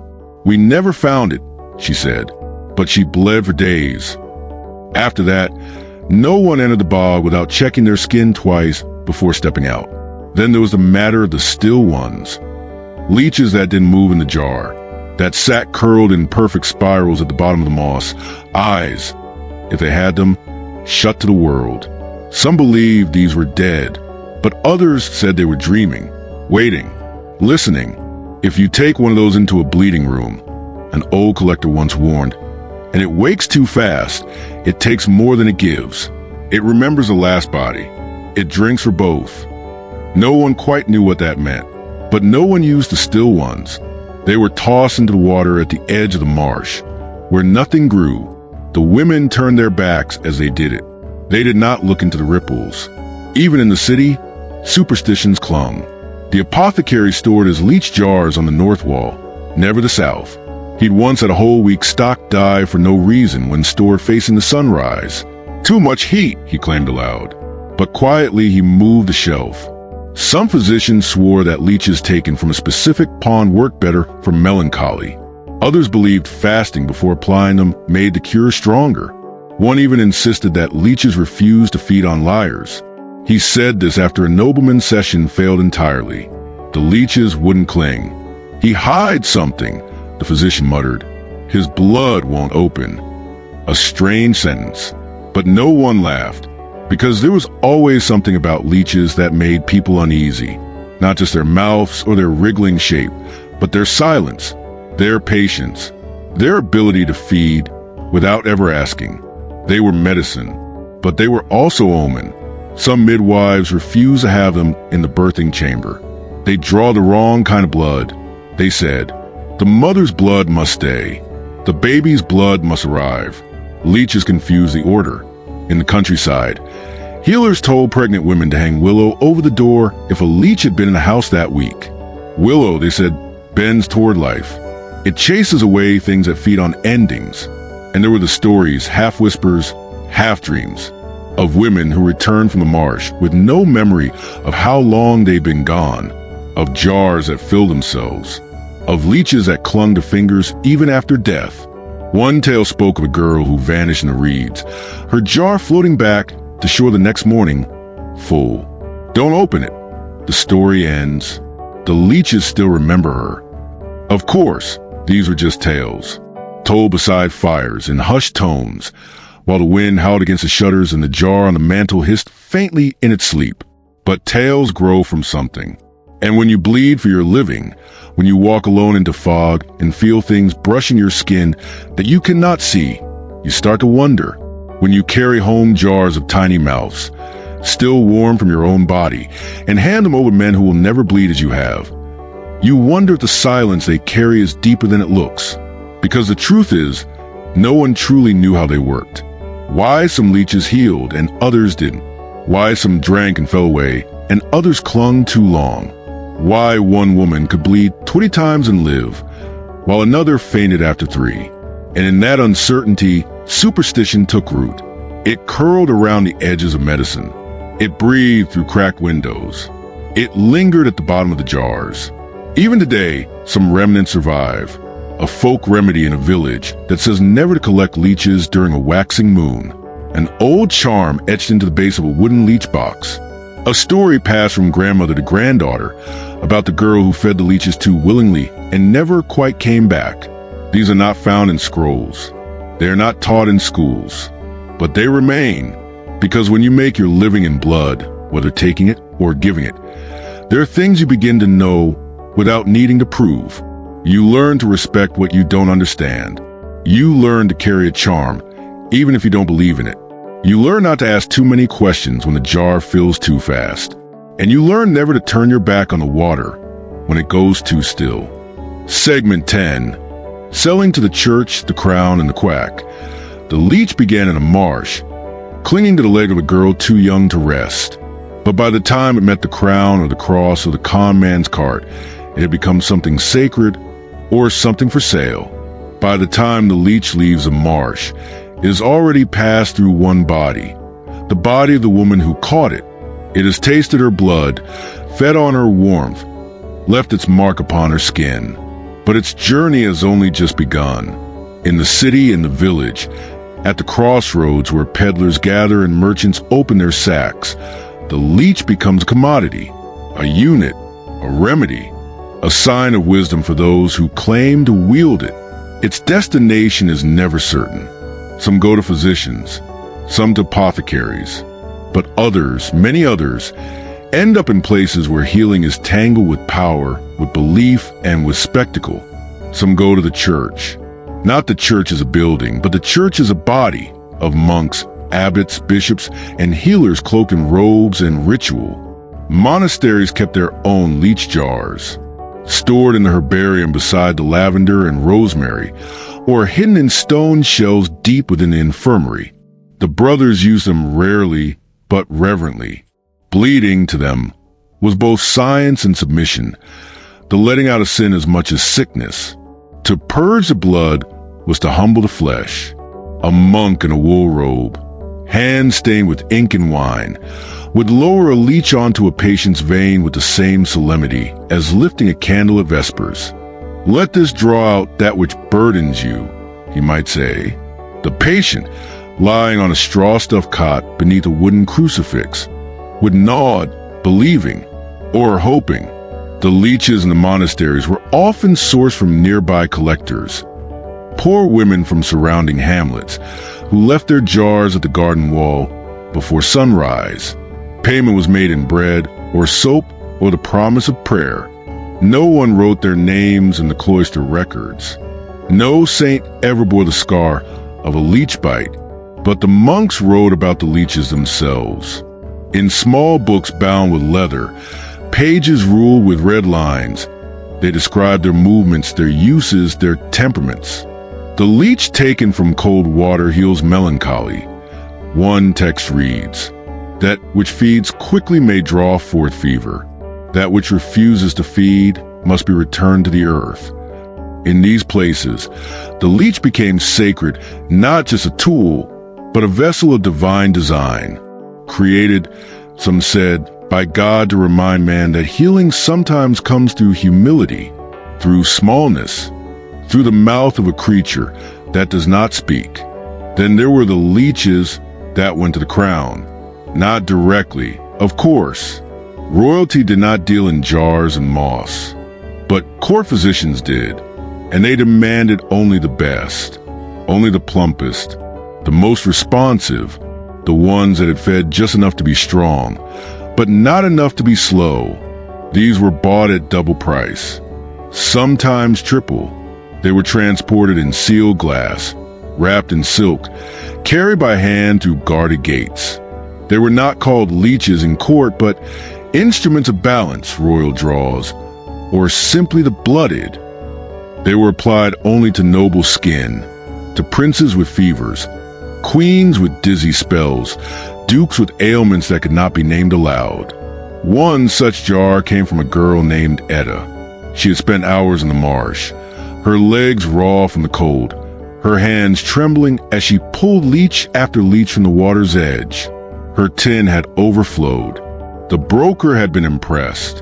A royal order came in, he said. You'll get a bonus. The bonus was a small loaf of brown bread. She ate it slowly, savoring every bite. She never knew that one of her leeches was placed behind the ear of a young prince 2 days later, in a room with painted ceilings and linen walls, that it swelled with blood that had tasted golden wine and roasted goose, that it was dropped into a silver bowl and carried away by a servant in gloves. The prince recovered.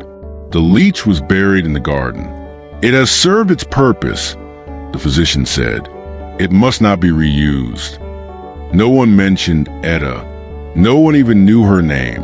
But not all leeches found their way to monasteries or courts.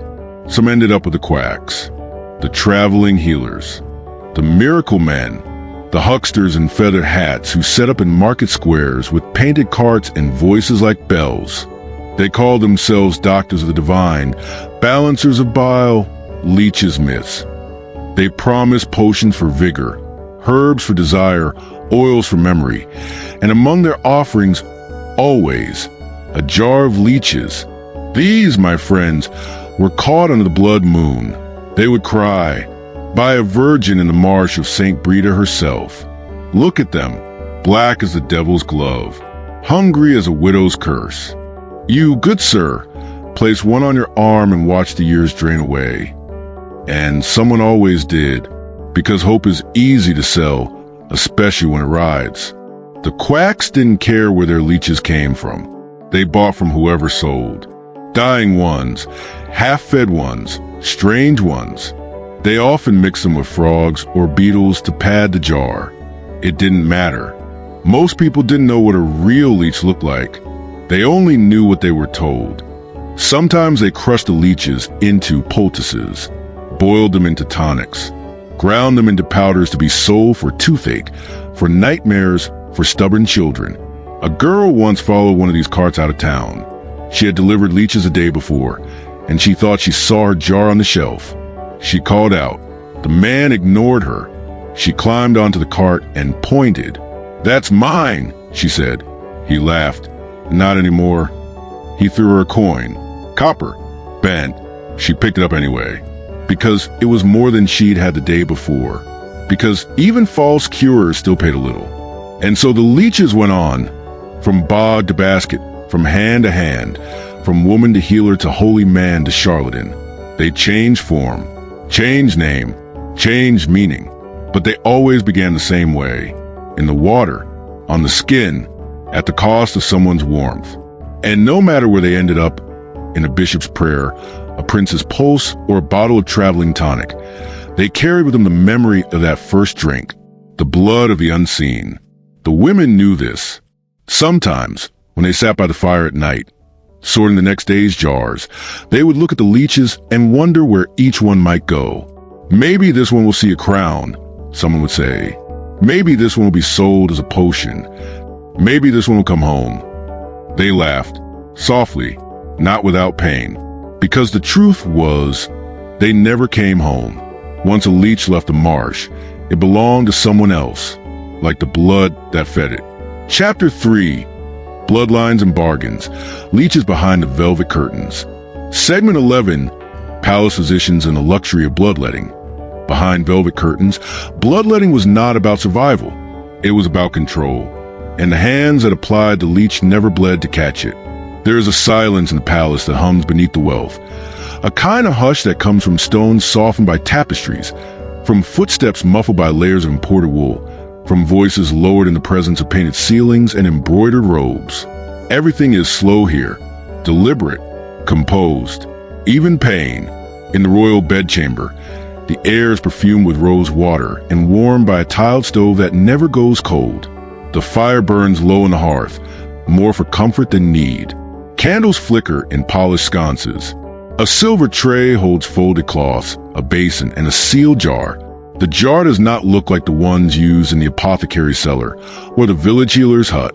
It is made of fine glass, rimmed with copper and etched with leaves. Inside, the leeches glide. They move with the same slow grace as everything in the room, unhurried, practiced, as if they too understand that here, time bends for those who own it. The queen sits by the window, pale and silent. Her hand rests on a velvet cushion, wrist turned upward. Her eyes do not meet the physician's. She does not flinch when he removes the stopper from the jar. This is not her first time. The physician wears gloves. His robe is deep blue, lined with sable. His beard is combed, his voice quiet and confident. He selects the leech with tongs of silver, long and delicate. He lowers it carefully onto her skin. It finds a vein with ease. Bites. Begins to drink. The queen breathes out, a long, slow breath like the flutter of curtain lace. The physician counts to 10 under his breath, watches the swell of the leech's body, the color returning to the queen's face.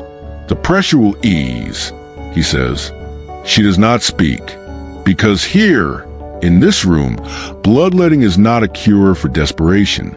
It is a ritual, a performance of wellness, a refinement, an act of control over one's body, to draw out what is unbalanced, what is displeasing, what does not match the symmetry of the court. The bleeding is not rough. There is no panic, no cold stone beneath the feet, no sharp cry. There is no woman waiting outside with a coin purse half full. No child stirring broth with one hand while pressing a bandage to a wound with the other. This bleeding has no hunger behind it, only elegance. The leeches used here are the best, hand-picked, delivered in the early hours by servants who say nothing of their origin.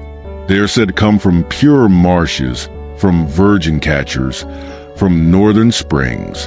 The labels are poetic and mostly untrue, but it does not matter. What matters is that they arrive.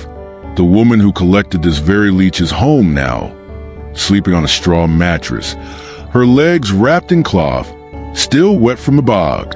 She will never know that her leech is here, drinking from the wrist of royalty, that it will be removed gently with salt water and dropped into a basin lined with linen, that a record will be made, session complete. For minutes, queen rested. That leech will be burned afterward. Disposal by fire is a custom for court leeches.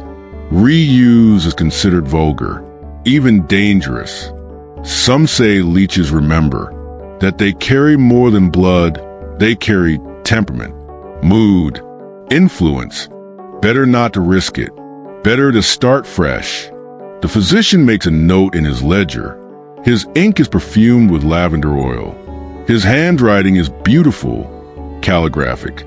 He pauses briefly to ensure the queen has not grown faint. A maid steps forward with sugared almonds and a goblet of warm wine. The queen sips, then leans back in her chair.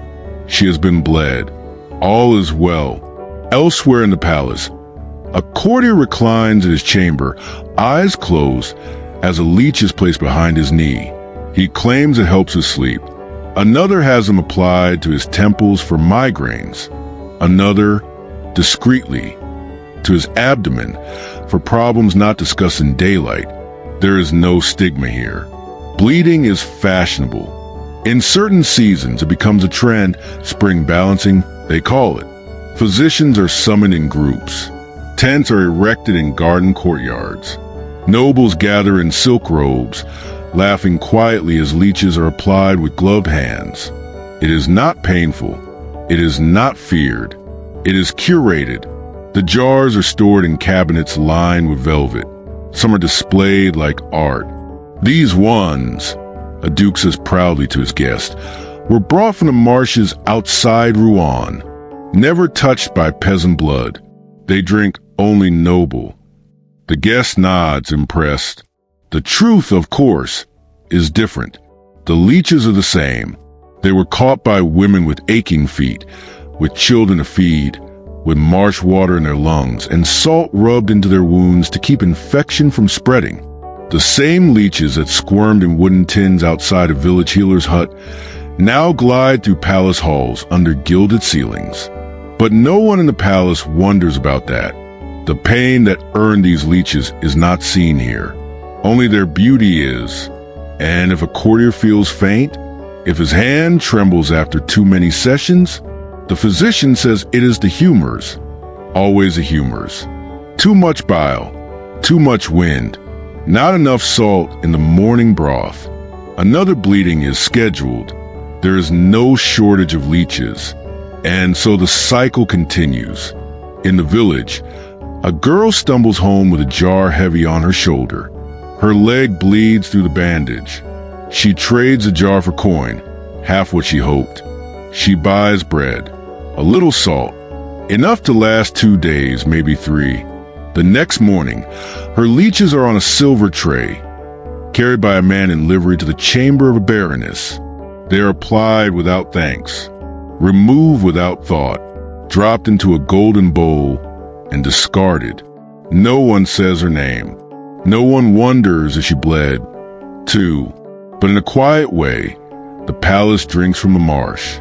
Every wrist pricked by a leech has touched the life of a woman who caught it.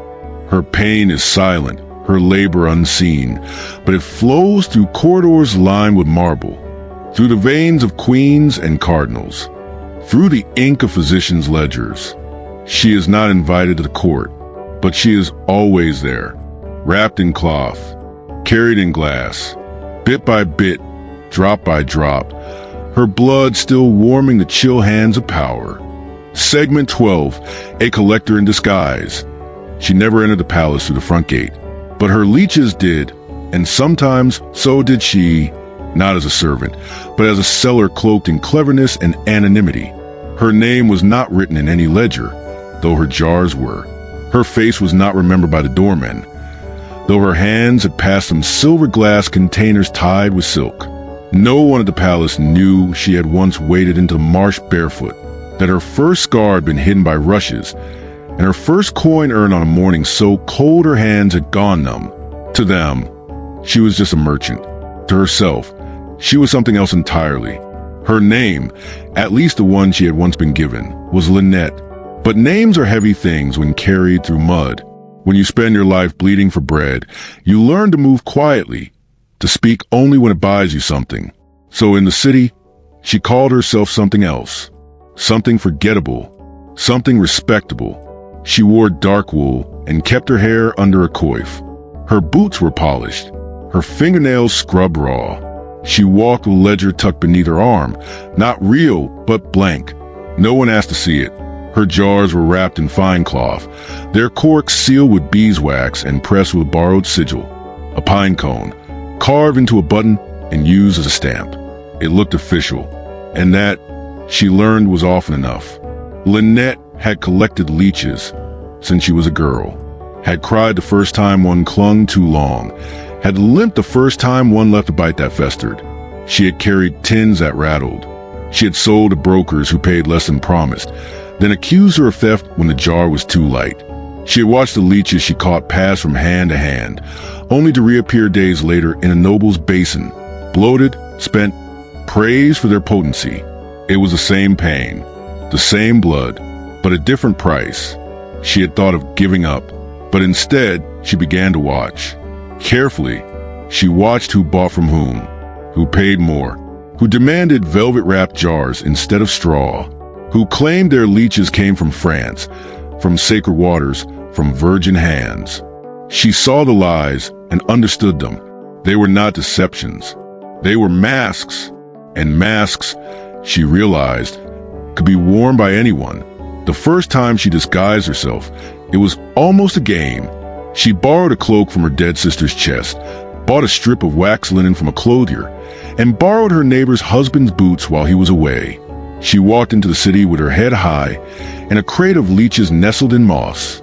She stopped at the physician's door, the one who never bought from marsh girls, only approved suppliers.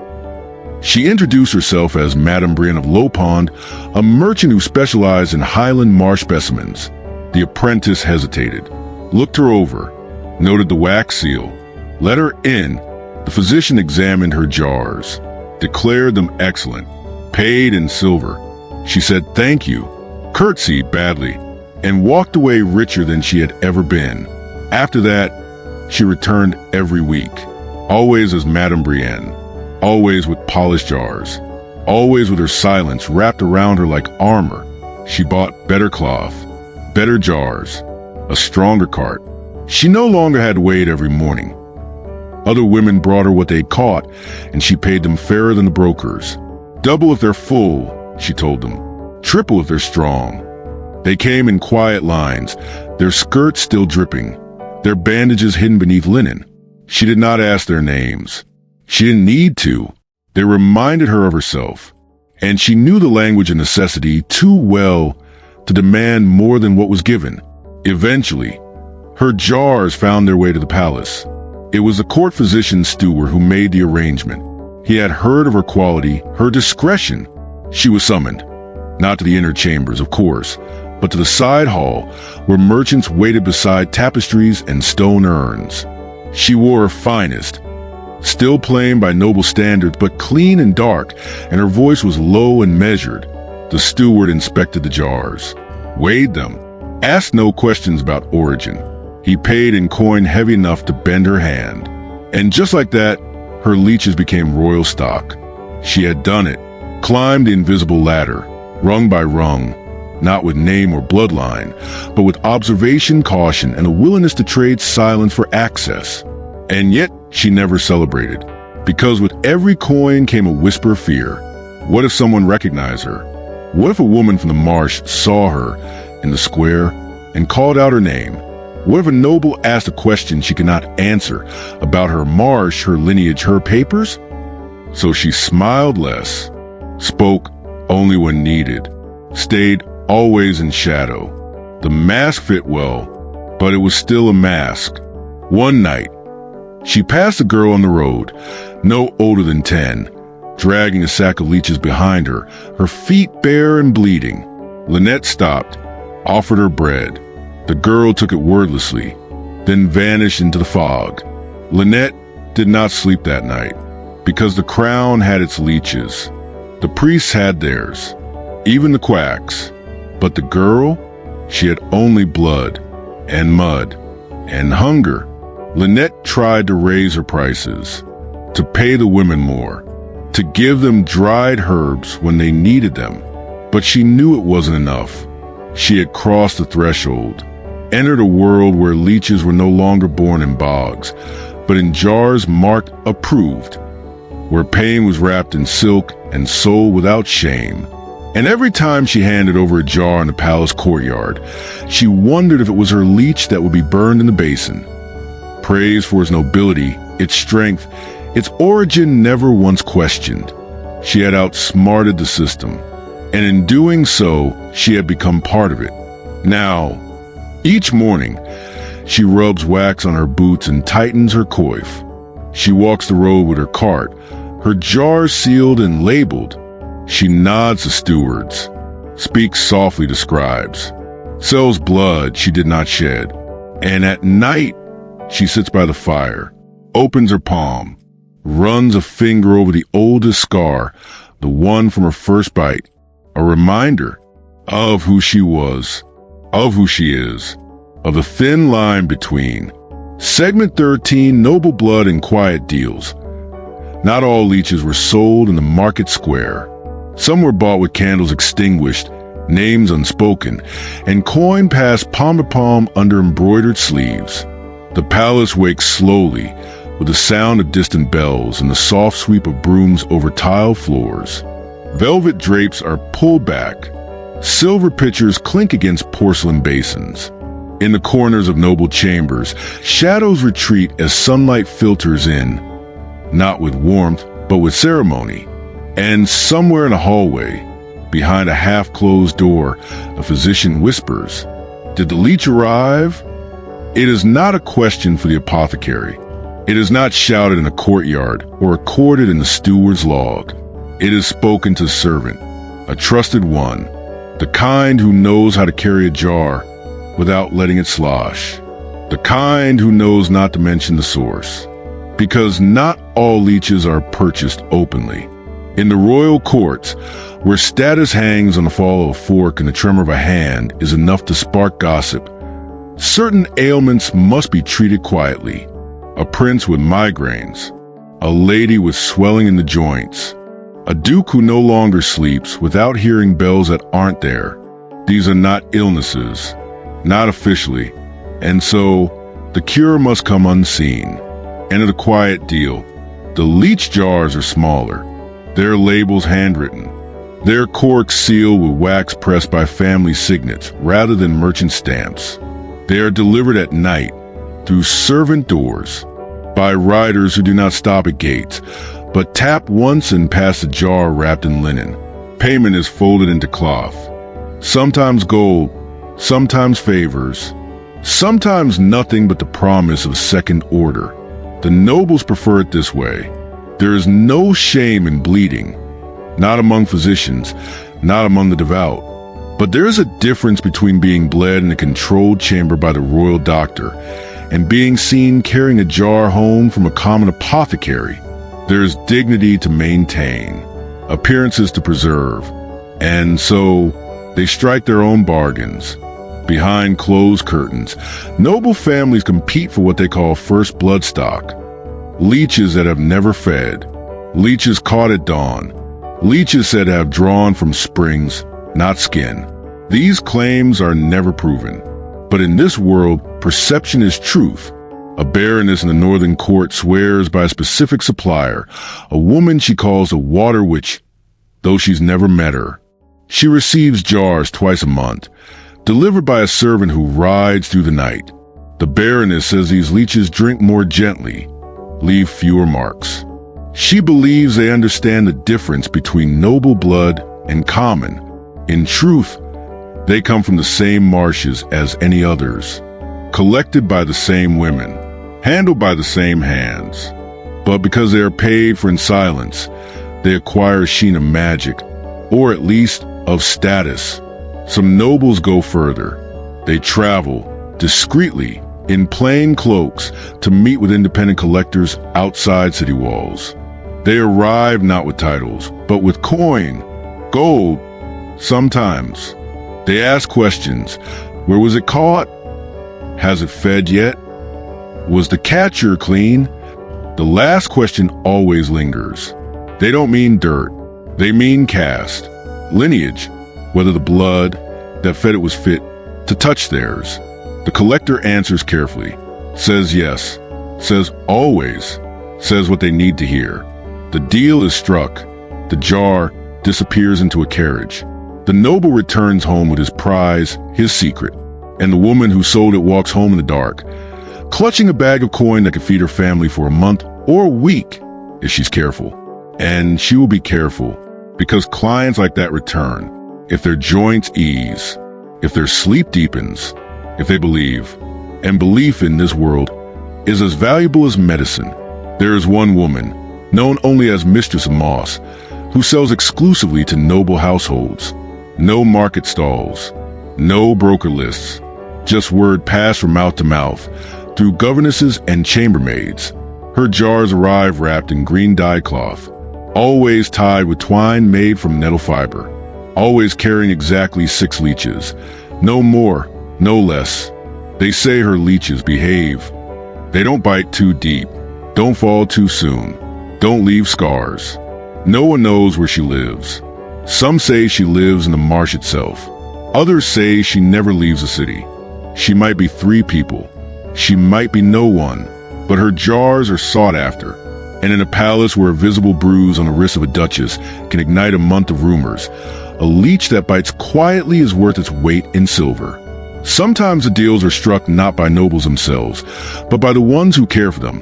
The wet nurses, the valets, the handmaids. They're the ones who know the truth. That Lady Margot has bled for 3 weeks and cannot rise. That Lord Reginald cannot speak in the mornings until he's been bled behind the ear. That the young countess, barely of age, weeps in her sleep and wakes with fists clenched. The servants by the jars, apply the leeches, clean the linens. They never speak of it, because in the court, secrets are as common as salt, and the leech trade is thick with them.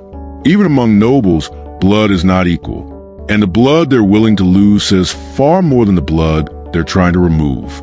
A prince will bleed his finger to avoid showing grief. A dowager will bleed her wrist to soften her voice.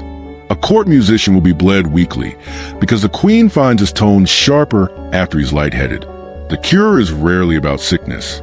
It is about refinement, control, reputation. And reputation is worth more than coin. So they whisper, they buy in secret, they make quiet deals. And the leeches, dumb, wet, ancient things, are passed between velvet and fear. But the women who catch them, they remember. They see the same servants return. They recognize the same wax seals. They notice which nobles send better coin, which ones try to pay an exposure. They remember which jars are for healing, and which are for vanity. They don't judge. There's no time for that. But sometimes, as they kneel by the marsh, they whisper to the leeches before they're placed in the jar. This one's for a prince. Don't drink too fast. This one's for a duchess. Leave no scar. And once, just once, a woman held a fat, perfect leech to her lips and said, "This one is for a man who never paid me properly. Bite him deeper than he expects." Then she smiled and sealed the jar. Segment 14, when the collectors disappear. No monument remembers them. No book records their names. But the marsh knows each one by the pattern of her steps, by the sound of her breath before dawn. There is no record of the first collector who vanished. No one noted her name. No candle was lit. No scroll inscribed with dates or details. She simply didn't come home. The morning had begun as they all did. Pale light pressing into the horizon, fog crawling along the ground like breath made visible. The marsh lay in its usual stillness, reeds swaying faintly in a breeze that came from nowhere and went nowhere. The mud, cold as memory, waited for first barefoot. She had risen before dawn, wrapped her legs in cloth already crusted with yesterday's blood, and whispered to the fire to stay burning until she returned. A small jar sat beside the hearth, ready, a crust of bread tucked in a pouch at her hip. Nothing unusual, no farewell, only the quiet motion of another day unfolding. But she did not return. The fire died. The jar remained. The bread was never eaten. And in the village, as evening folded itself around door frames and smoke curled into the low sky, no one knew what to say. There was no body, no scream, no splash heard in the bog, only the absence, quiet, inexplicable, and painfully ordinary. This was not rare. It happened from time to time. One morning, a girl would leave for the water and never return. Or she would go to deliver her jars and not come back. Or she would be seen limping down the road at dusk and vanish between one breath and the next. People noticed, but only for a while, because no one kept count of collectors. No one carved their names in chapel pews. No one painted them in robes or scribed their words on vellum. They were not daughters of noble houses or wives of guildmen. They were never meant to stay long in anyone's memory. And so, when they disappeared, the world kept moving. The physician still bled his patients. The nobles still summoned jars. The monastery still murmured over its ledgers. And the marsh, ever silent, filled the space they left behind with a stillness no one dared disturb. Sometimes their families searched. A brother might wander the edges of the bog, calling a name that didn't answer. A husband might question the broker, fists clenched, voice trembling. A mother might leave a candle in the window for 3 nights, then 4, then quietly stop. There was no one to help. No sheriff to file a report. No constable to ask questions. Missing women were not unusual. Missing poor women, even less so. One girl, her name was Thama, disappeared after a long, wet spring. The marsh had risen, and with it, the leeches had been plentiful. She returned home smiling the week before, a rare thing, with a tin so heavy it left marks on her shoulder. Enough for cheese, she'd said. The next week, she was gone. Her sister, younger by 2 years, swore she had seen Thama step into the water near the willow grove. Swore she saw her wave once, then wade deeper. But when they searched, there was nothing. No shoes, no ribbon, no splash. The water was calm, the reeds undisturbed. They said she must have drowned, but Thama could swim, had swum since she was 5, had pulled a sheep from the water once, when it slipped the bank. It didn't make sense. They left a wreath on the water. It sank. No one spoke of her again. There were other stories, darker ones, less about the marsh, more about the road. Girls who never made it to the market, women who delivered jars, but never returned to collect payment. Boys sent in their place, who were turned away with empty hands and frightened eyes. There were whispers of men in cloaks who watched too long, of carts that offered rides and then vanished, of jars left on doorsteps with blood still smeared on the rim. Nothing was ever proven, but the Leech trade was a woman's world, and the world had never been kind to women who walked alone. Some villages tried to protect their collectors. They sent them in pairs, assigned boys to walk ahead, wove charms into their hems, red thread, bones of birds, symbols scratched in soapstone. But none of it lasted. The coin was too scarce, the labor too private, the protection always too late. So they vanished, one by one, week by week, a girl here, a woman there, until only the stories remained. There was a tale of Yold, who fell in love with a leech buyer's son and stopped collecting altogether. Some said he took her to the city. Others said she returned to the marsh one last time and drowned herself out of shame. Both versions end with a jar found floating in the reeds, sealed with silk ribbon. There was the story of Marg, who grew so skilled that her leeches were said to work faster, feed cleaner. She was summoned by a noble family and never seen again. Some claimed she was given a house, a stipend, silk gloves. Others said her body was found behind the stables. No one ever agreed, but all remembered the jar, carved glass, wrapped in velvet, returned empty with no name. The stories became caution, then folklore, then quiet.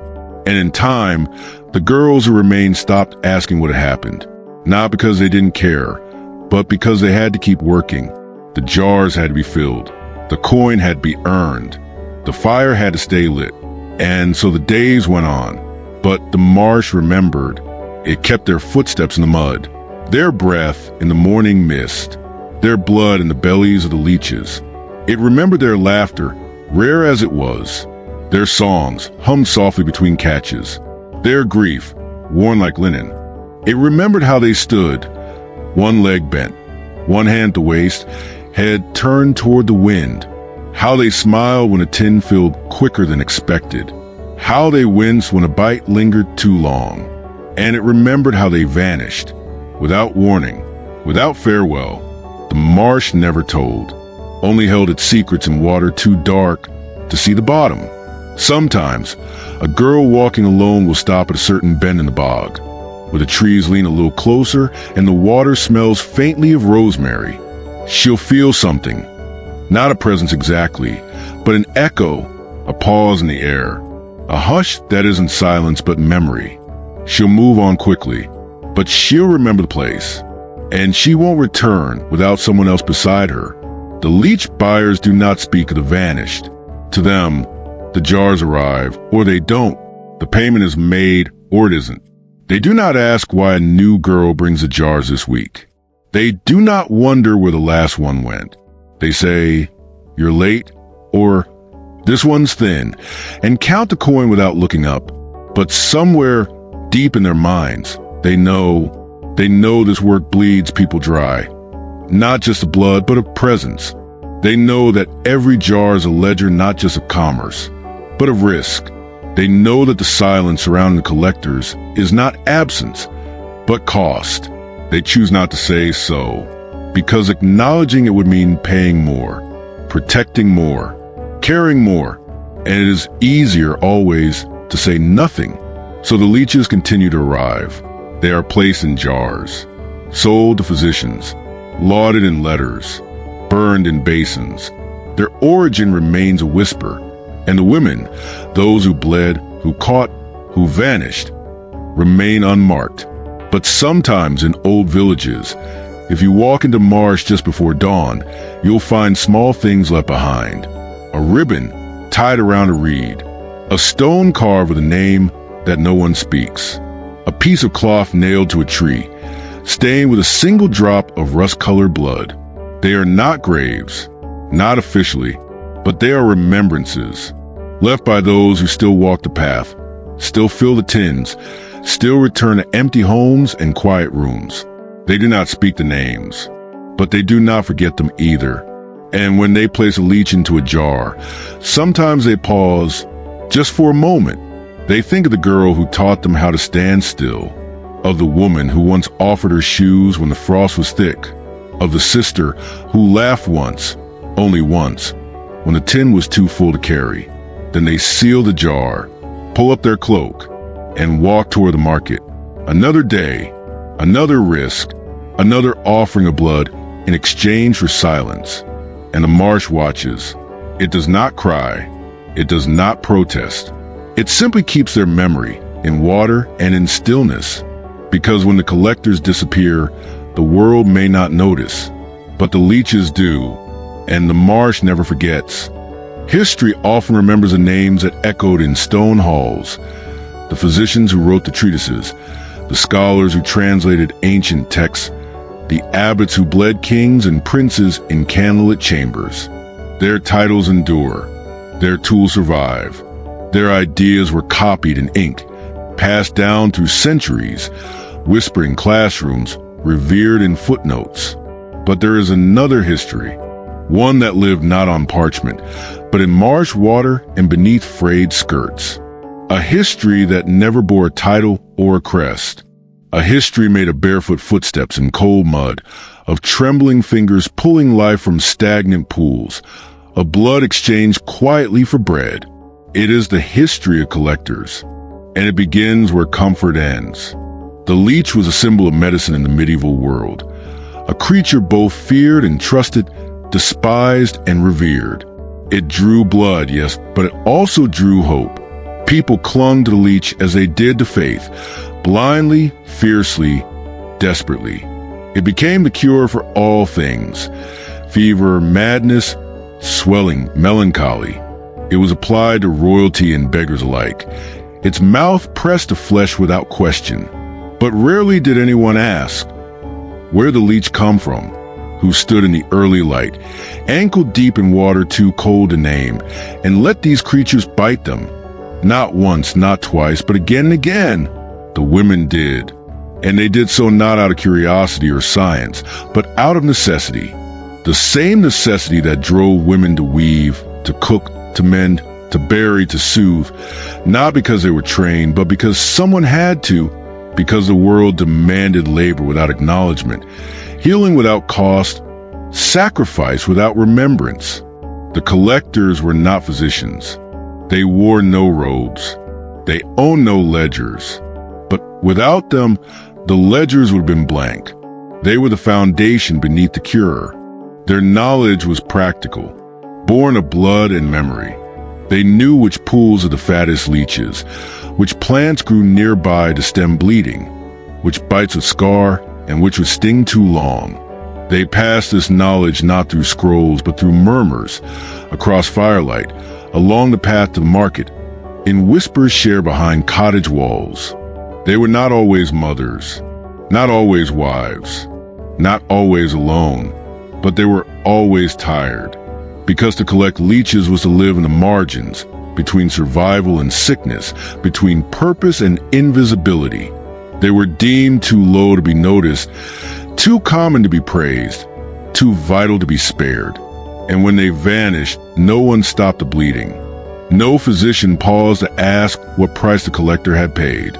No monk dipped his pen to record her name beside the saint whose wrist her leech had once touched. No noble wrote a letter of thanks with a soft hand that carried the cure to his doorstep. Instead, the cure itself was praised.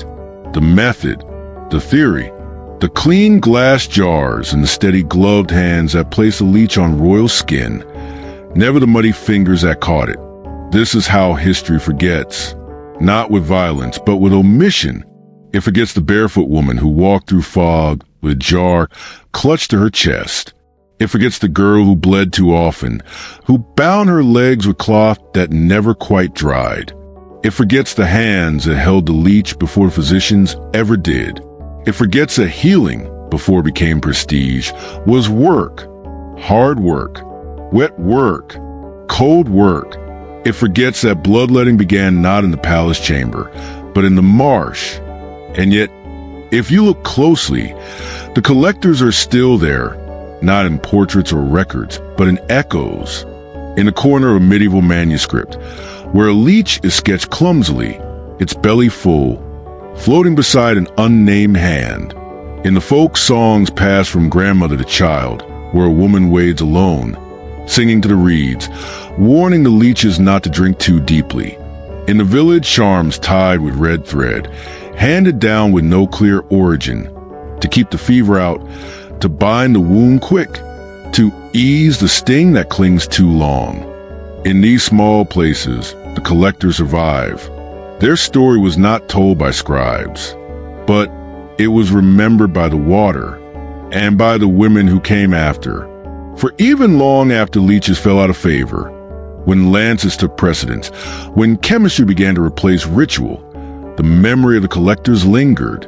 Their work echoed in the hands of midwives who learned to wrap wounds just so, in the voices of herbalists who murmured to their plants as if they were children, in the resilience of washerwomen who knew that healing came not from incantation, but from consistency. And in the silences that surround every historical record, you can still feel the weight of their absence. The ledger lists the date, the dosage, the name of the patient, the physician's signature, but not the one who filled the jar, not the one who bled before the bleeding began, not the first healer, because she was never allowed to be called one, but she was, in every sense that mattered. She was the first to notice the way blood changed color when the fever was too high, the first to sense when the bite had gone wrong, the first to feel the temperature of the water and say, "Not today, they won't feed." She was the first to wake, the first to walk, the first to give her body to the cure. And though no one called her a healer, she healed, not with ointments, not with titles, but with endurance.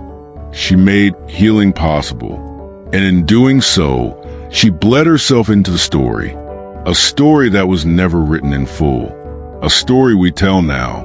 Tonight, as we close the pages of this long, quiet chapter, we return to the marsh, to the soft ripple of water at dawn, to the shape of a barefoot sinking slowly into mud, to the sound of breath held still as the leech clings. She is there, waiting, not for recognition, not for praise, but simply to be remembered. So, let us remember her now.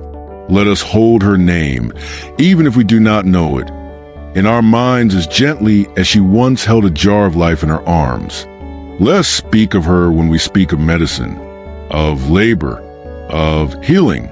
Let us tell the full story, because behind every clean-cut cure was a messy beginning.